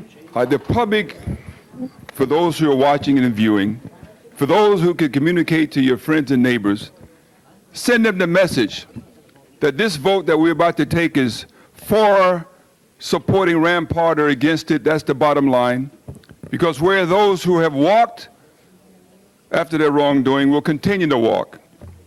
And I must tell you that for those of you who are not weeping, weep, because you're not being represented at all. For those of you who have been the victims of wrongdoing on the part of police officers, and you expect to have justice today, maybe there'll be no justice, because that's what the vote will indicate. I strongly urge each and every one of you to say, as repeated once before, justice delayed is justice denied, and give this aye vote for November. The city clerk will tell you that the major turnout is in November, where people will have an opportunity to vote. There's been more convenience for November. You have how many? I'll ask you one question. Will you have the same number of polling places open in November as you will in April? No, you will not. Say it in the mic. No. Therefore, they'll have that. That's denying access. That's your civil rights down the tubes. Say it again. No. All right. Mr. Hernandez. Members of the council, the only reason I rise is because I think we've mixed a lot of issues, and because of the mixing of those issues, it makes November kind of difficult to deal with.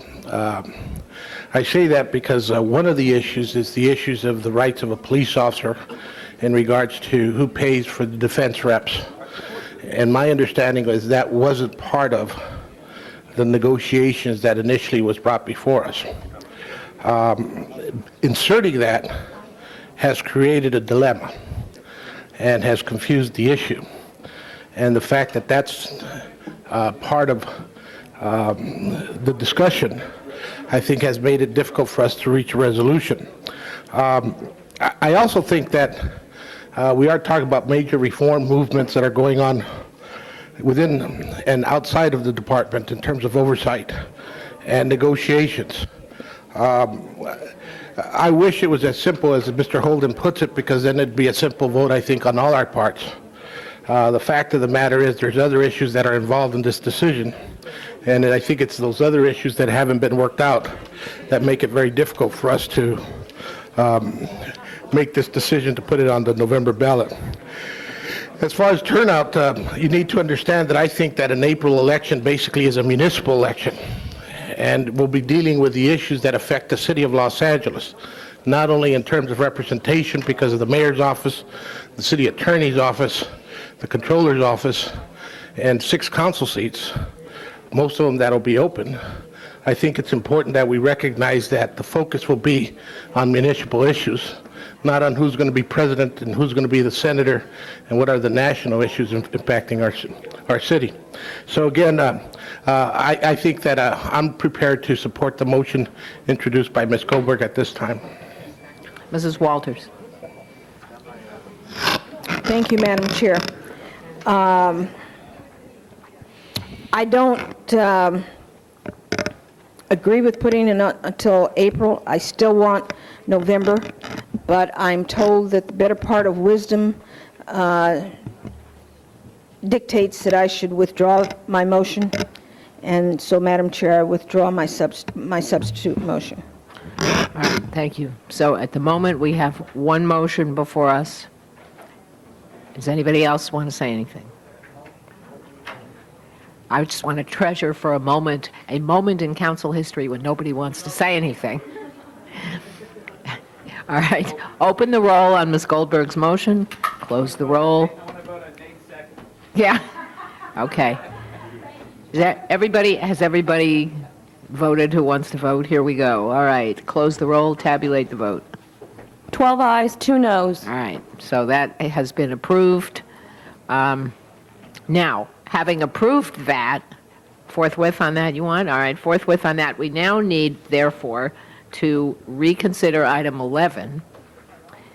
So if there's no objection to that, we will reconsider item 11, and Mr. Carey will tell us what we need to do with item 11. Item 11 contains... Mr. Holden. Vote. You were recorded as a no vote. Oh, thank you. I always feel safe making that assumption, but I did check it. You were recorded as a no vote. There were 2 no votes, Mr. Pacheco and Mr. Holden. Mr. Carey, what do you want us to do with item 11, which has now been deemed reconsidered and is before us? Yes, in essence, you've adopted item 11, which basically adopted the ordinances that were required for items 9 and 10. It's my understanding that you do not want item 10 to move forward until the April ballot. You need to reconsider item 11. That we've done. Pull out the ordinances, et cetera, that pertain to item 10, the police officer discipline program. Keep before you Councilman Bernson's charter amendment for the Office of Finance and adopt that ordinance today. All right. So the item before us is the ordinance for item 9, the piece of item 11 that is the ordinance Office for of item Finance, 9. Yeah. charter amendment, Okay, yes. open the roll, close the roll, tabulate the vote. 14 ayes. All right, that's approved forthwith. And Ms. Mizikowski? Reconsideration of number 8. All right, is there any objection to reconsidering item 8? Seeing none, item 8 is reconsidered and is before us. And having reconsidered it, let's take note that Mr. Pacheco has left the room, and Issues and putting all these ballot matters together, that I now move item 8. all right, item 8 is before us once again. Open the roll, close the roll, tabulate the vote. 13 ayes. And that is approved unanimously, therefore forthwith, and that's done. We don't have to do a second reading. Moving right along, we are now up to Item number 14, item called special 14. by All right. Councilmember Goldberg. Ms. Goldberg, are you ready to talk about item 14? And I think Ms. Mizikowski had some concerns as well. You called it special. Just like to ask it to go to committee. There was a hope that I could hear it on Thursday. Our agenda is very full. I did commit to hearing it to our first meeting in September, and I will do that and bring it back all or part as quickly as possible. We just have too many things already on. This is too important, too many positions, too much money. I do need some time to make an analysis, so I ask the indulgence. My office made a mistake, and it appears that we waived it, but they thought it was the polygraph item, which we indeed had already heard, and they thought that that's what this was. So it was a clerical error on our part that it was never intended to be waived. All right, Ms. Mizikowski? Thank you, Madam President. Members of the Council, this is the issue of the LA Police Department Integrity Assurance Package. It is not the total package. It is not what was recommended even initially from the police chief out of the Board of Inquiry report. It is not, as the commission looked at it and distilled and said there are some items that should be set aside and wait for the very deliberative work that is going to be going on by the independent panel. The police commission itself said we think these 5 or 6 items are important and we are moving forward. It was sent to 3 different council committees. I heard it in Public Safety Committee, and then just this last week, Budget and Finance Committee heard it. And again, there's been a distillation. And in fact, most of the most significant big-ticket item and the one that most directly related to personnel and employee issues was the ratio of supervising sergeants to patrol officers. That has implications not only in personnel there, but in freezing patrol officers, in question of backup and overtime for what those patrol officers fulfill. And that was legitimate. As a consequence, Budget and Finance Committee, with which I concurred, said we are not moving that one forward today. So that is not part of the Budget and Finance recommendation. But I think it is important, members of the council, and as I expressed to Ms. Goldberg, there is a serious and healthy tension between what we ought to do and must do in terms of moving forward on those items with which there is consensus and with which, after we go and distill it and look at it, and it can each understand and verify the importance of putting in some of these changes in the police department. We are all aware of that need. That tension we just discussed earlier in the matter that was just previously before us. We discussed it ourselves when we had a DOJ briefing, Department of Justice, and the question of should we wait till the independent panel or should we move forward now? We must move forward on those things where we can find consensus, and we must do it quickly. We must assert that there are things that need to change in the police department, structurally, systemically, and we must assure the public that things that we uncovered this year cannot and will not go forward. My own feeling is that with what has been done by the Commission, the Public Safety looking at it, and Budget and Finance, we have reached that reasonable tension between those that should be delayed and those that we should move forward on. I will acknowledge Ms. Goldberg's request, but implore and plead that we get it done as quickly as possible, because again, it is another show of good faith to the Department of Justice, who is with us in these next 30 days and wants to see us act and not act. And I'm afraid that a non-action here for more time might accrue negatively to us. And I think we have done a fair and good job about distilling that and putting aside those bigger ticket items with which there is a better judgment that the money could be spent elsewhere, and we won't know that until we get the panel's report. Mr. Fuhr. Thank you, Madam President. I wanted to point out to the council and also to our colleague, Ms. Goldberg, why in Budget and Finance we recommended that the field supervision component be taken out, which is the most expensive and the most personnel-focused of those items. In the committee, we asked the police department what the implications would be of taking what amounts to 122 officers out of the field. And further, we asked whether the department intended to backfill to assure that those positions were continued to be occupied, or to leave them unoccupied. The department didn't have a firm answer to that question. I then asked if we wanted to backfill, how much money we'd be talking about. And the answer came back in a note: it would cost $9 million for that purpose, which exceeds by 50% the entire amount of money we'd allocated to the Rampart-related changes in the budget.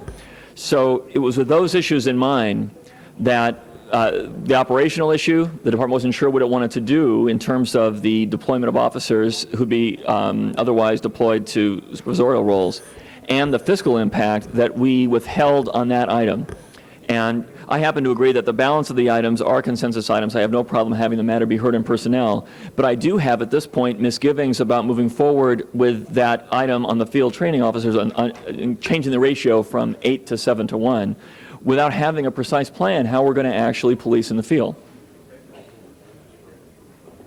Ms. Goldberg. Yes, and I understand the urgency, and that's why I'm willing to commit to September. But if I were to put it on Thursday, it really wouldn't be heard. I mean, that's the truth. It takes staff time to prepare to look at something that has $4.7 million in it. And that's why I'm saying, unfortunately, there was a screw-up, and I apologize for that. I assure you that was not intentional. What we do need to do is to be able to be sure these are precious dollars. We have no idea what the independent commissions are going to ask in the way for funds for reform.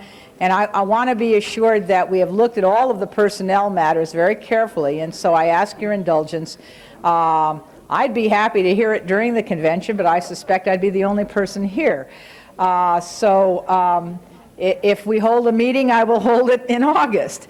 But it still won't get to council until the first few days of September. So one way or another, if we have the time and that people are willing, we might try to do it in August, but I cannot do it next Thursday, because there's just no time to prepare the information in order to get what I think would be an accurate look at what $4.7 million. Is this the highest priority? And that's the question, because we just can't keep throwing money at the problem. There I go, sounding like a Republican. Until we know that it's the highest priority. And I believe that the two committees that have heard it have made that decision, but the Personnel Committee has not yet had a chance to do that.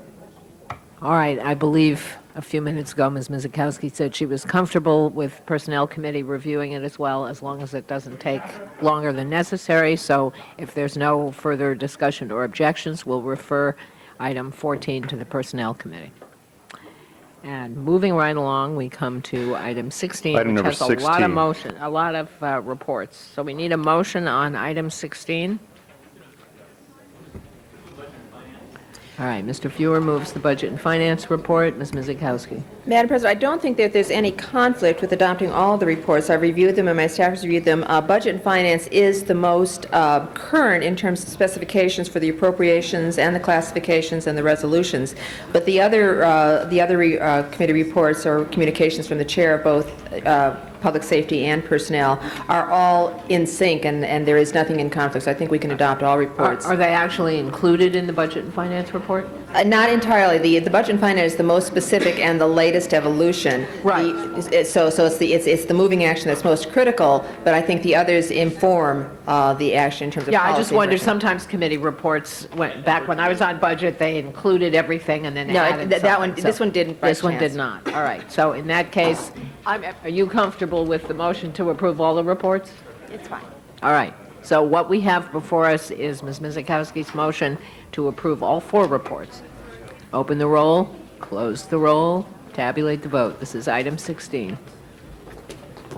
All right. 14 ayes. Those are approved, all of them. And that, I believe, brings us to the closed session item. Actually, there is a special 2 motion that is on the table. It's a motion by Galander Padilla. Findings need to be made by the city attorney. Mr. City Attorney? Madam President, members, this is a motion and a resolution. In order for the council to consider these, it's necessary that a finding be made that pursuant to the rules of the City Council and the provisions of the Government Code, that there is a need to take immediate action on this matter, and that the need to take this action came to the attention of the council subsequent to the posting of today's agenda. All right, open the roll on the findings, close the roll, tabulate the vote. 14 ayes. All right, the matter's before us. Does anybody have any questions? Sit tight, Roberta. You may not have to do anything at all. Thank Are you. we ready to vote on special number 2? I guess we are. Open the roll. It's on your desk.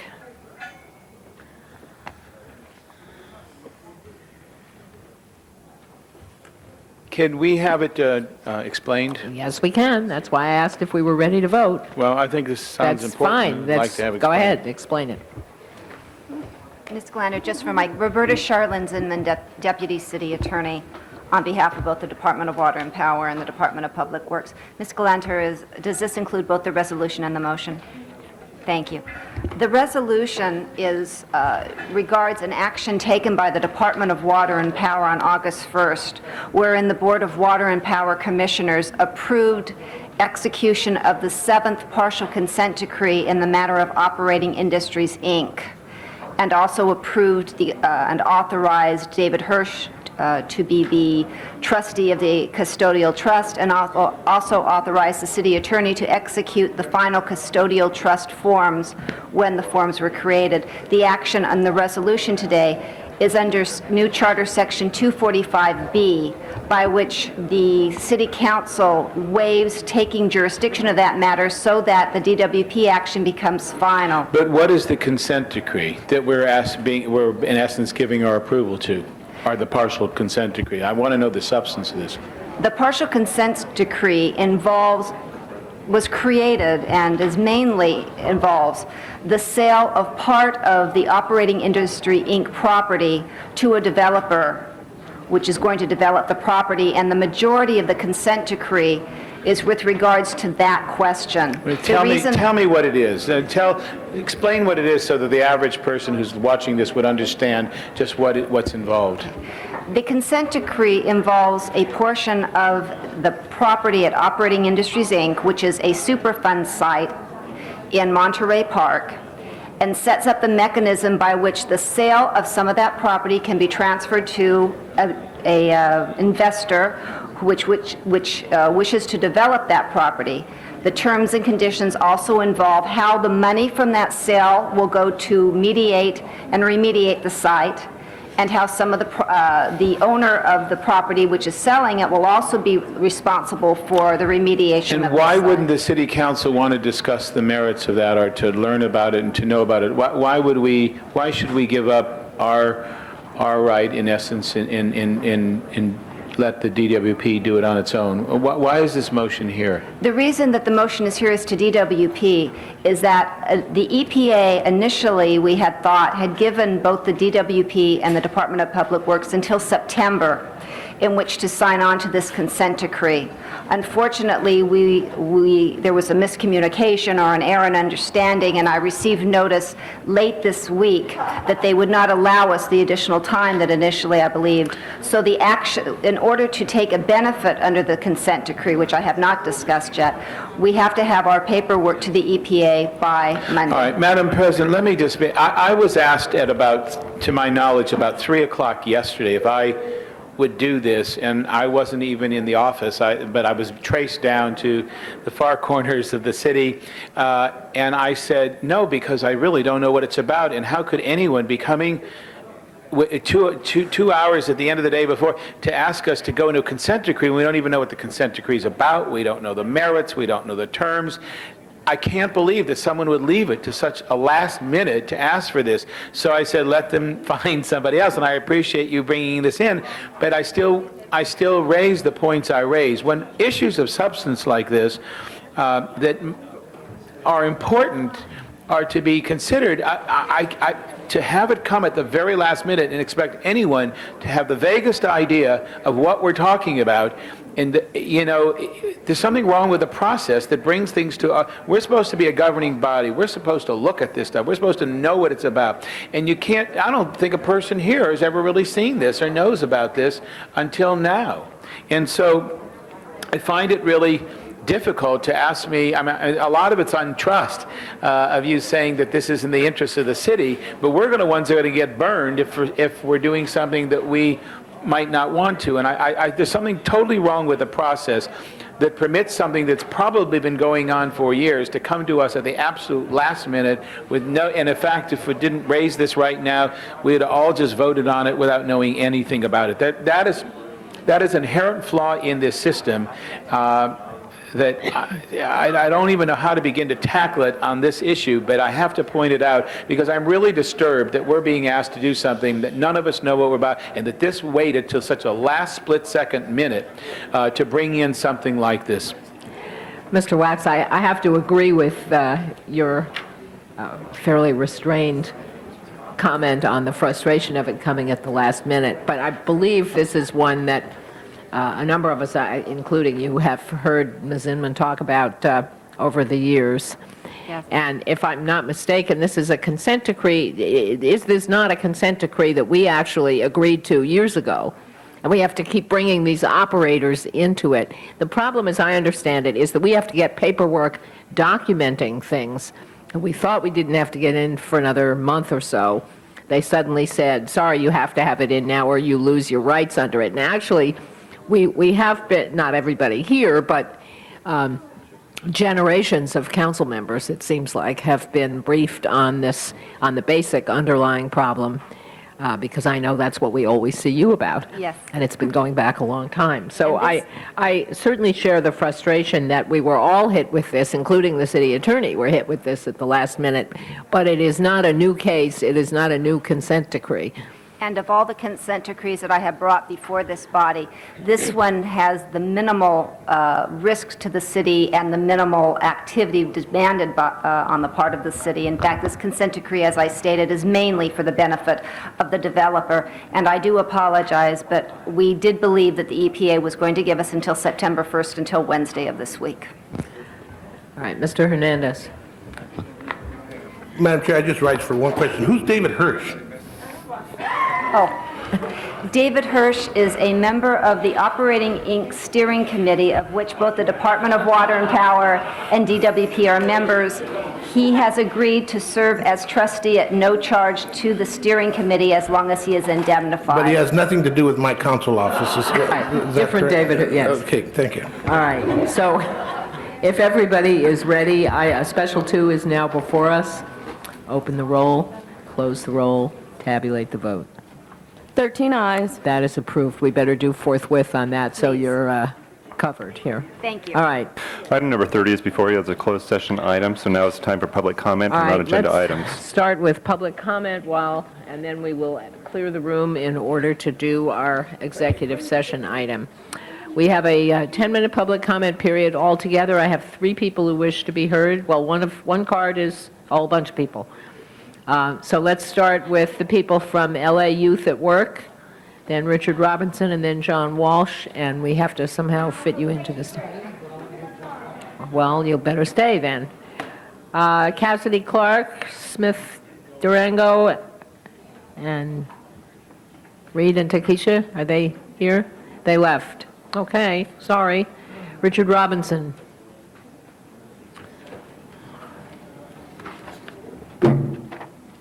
Madam President, members of council, the rapture of the Christian Judeo Church was the Holocaust. The 7 years between Kristallnacht and the Marshall Plan were the tribulation. Dragonflies spitting fire.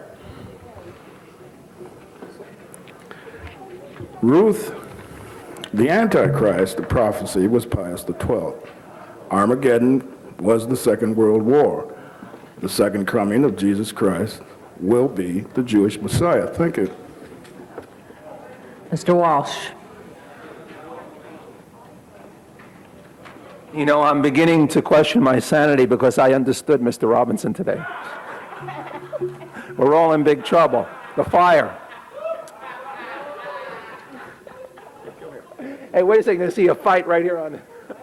He's my best friend, which gives you an idea of my social life. Hang on, council members. We're not done yet. Okay.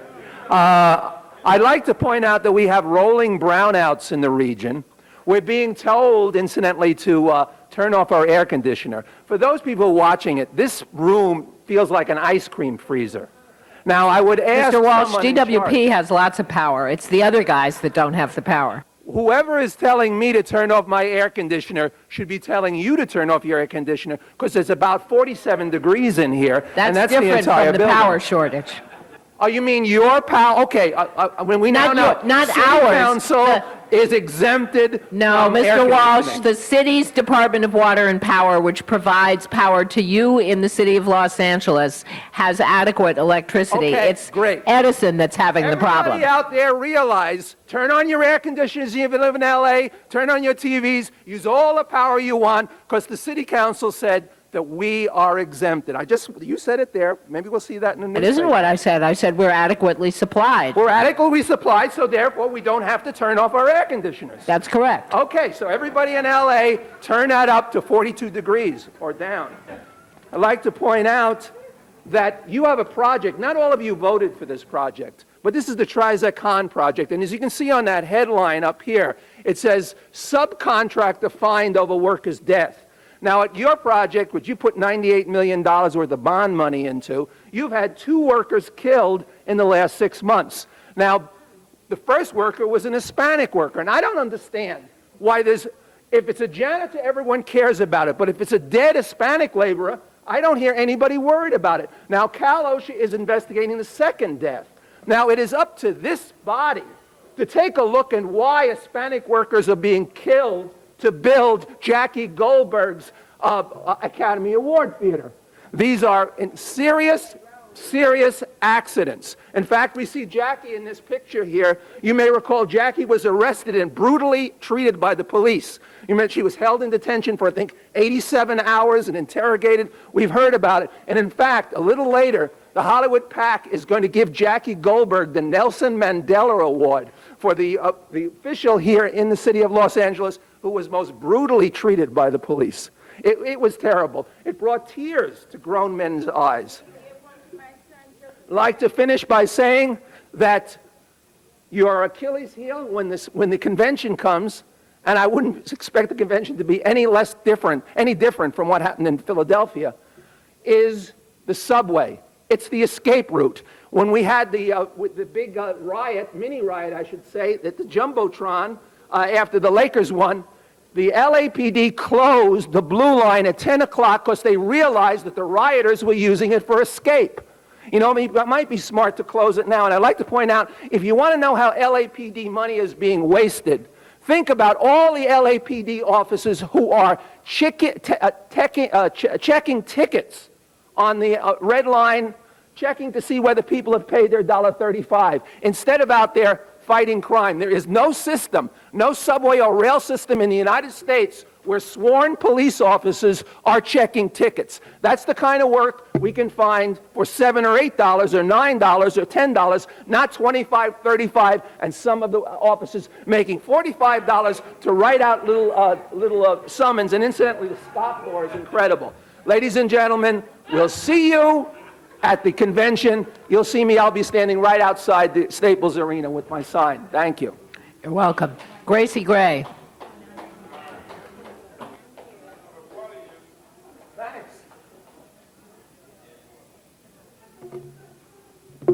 Good afternoon. I'm here today. I cannot do anything on my own, and I know, as God said, they have eyes, but they do not see, but they have ears, and they do not hear. I must congratulate Bush for bringing a blind man in to open up his program. It was very powerful. Because we need action, not words all of the time. I'm going to read here Exodus chapter 23. You shall not circulate a false report. Do not put your hand with the wicked to be an unrighteous witness. You shall not follow a crowd to do evil, and you shall not testify in a dispute, so as to turn aside after many to pervert justice, because God said he will not acquit the wicked one. I'm here this morning because I have a little problem, and it consists of Mike Hernandez. It consists of Nate. Your hands won't hide your soul before God. It consists of Nate Holden, and it also consists of Jackie Goldberg District. We have been accused of living in all those districts. As a matter of fact, my son, Winfred Bocage, I have a rent receipt where he paid his rent. He's a handicapped child. He lost an organ. He's been operated on. He paid his rent for the month of June. His mother, which is named Gracie Taylor Gray, Joseph Egana, Winfred Bocage, Phil Bocage, Rosalind Victoria Taylor, Jerry Than Taylor, and Darrell Taylor's mother was hit by a car by some Latino guys. I never got paid. And just recently I got hit again. I never got paid. You know, God said if you hit a person, the police standing right there when I got hit, I'm supposed to be compensated for the crimes that was committed against me. Now the thing about it, they are talking about rent not paid. My son paid his rent, and I'm going to put this rent receipt. Can you get this rent receipt, please, sir? In the name of Jesus, let it be a witness. If a city is not built on sound justice, it cannot prevail. The man said, I see you at your Democratic convention. I remember campaigning for a president, and I got no farther than Wilshire Boulevard. Breaking news, assassination. They also showed there in New York City where a man got right through checkpoint and have people hostage on the plane. Unless God guard the city, it is in vain. My son, Winfred Bocage, has been put out of his apartment. And guess who sat on the bench? not a judge, a Latino. All right, Ms. A Gray, I think... excuse me, okay. No, excuse me, the public comment period is over. Yes. I would like for you all to look into that. Your time. The public comment period is over. Thank you for coming. We're now going to go into closed session, so I have to ask those of you who are not involved in the closed session to please leave the room. While you're doing that, we're going to clear the desk. Motions for posting and referral. Without objection, those are posted and referred. The desk is clear except for item number 30. Okay. As soon as the room is clear, we'll do item number 30.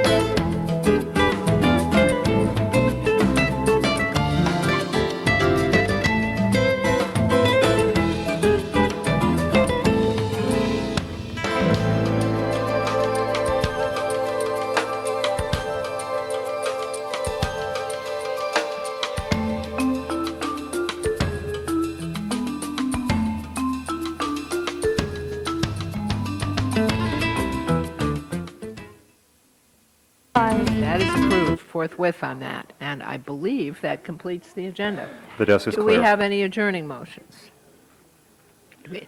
We do? All right. Who has an adjourning motion? Mr. Holden. Madam President, members, we have to adjourn in memory of Robert Lee Clayton Sr. Mr. Clayton Sr. and his wife moved to Los Angeles from Tennessee in 1943. He worked for over 30 years at the Pullman, as a Pullman for Southern California Pacific Railroad in Los Angeles. They opened their own dry cleaning business, Super Service Cleaners, and Dyers in 1945.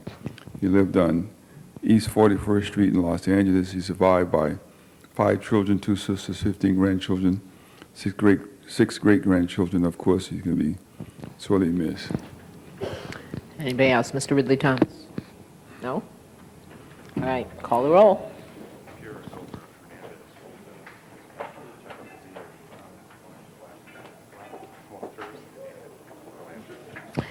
Council is adjourned.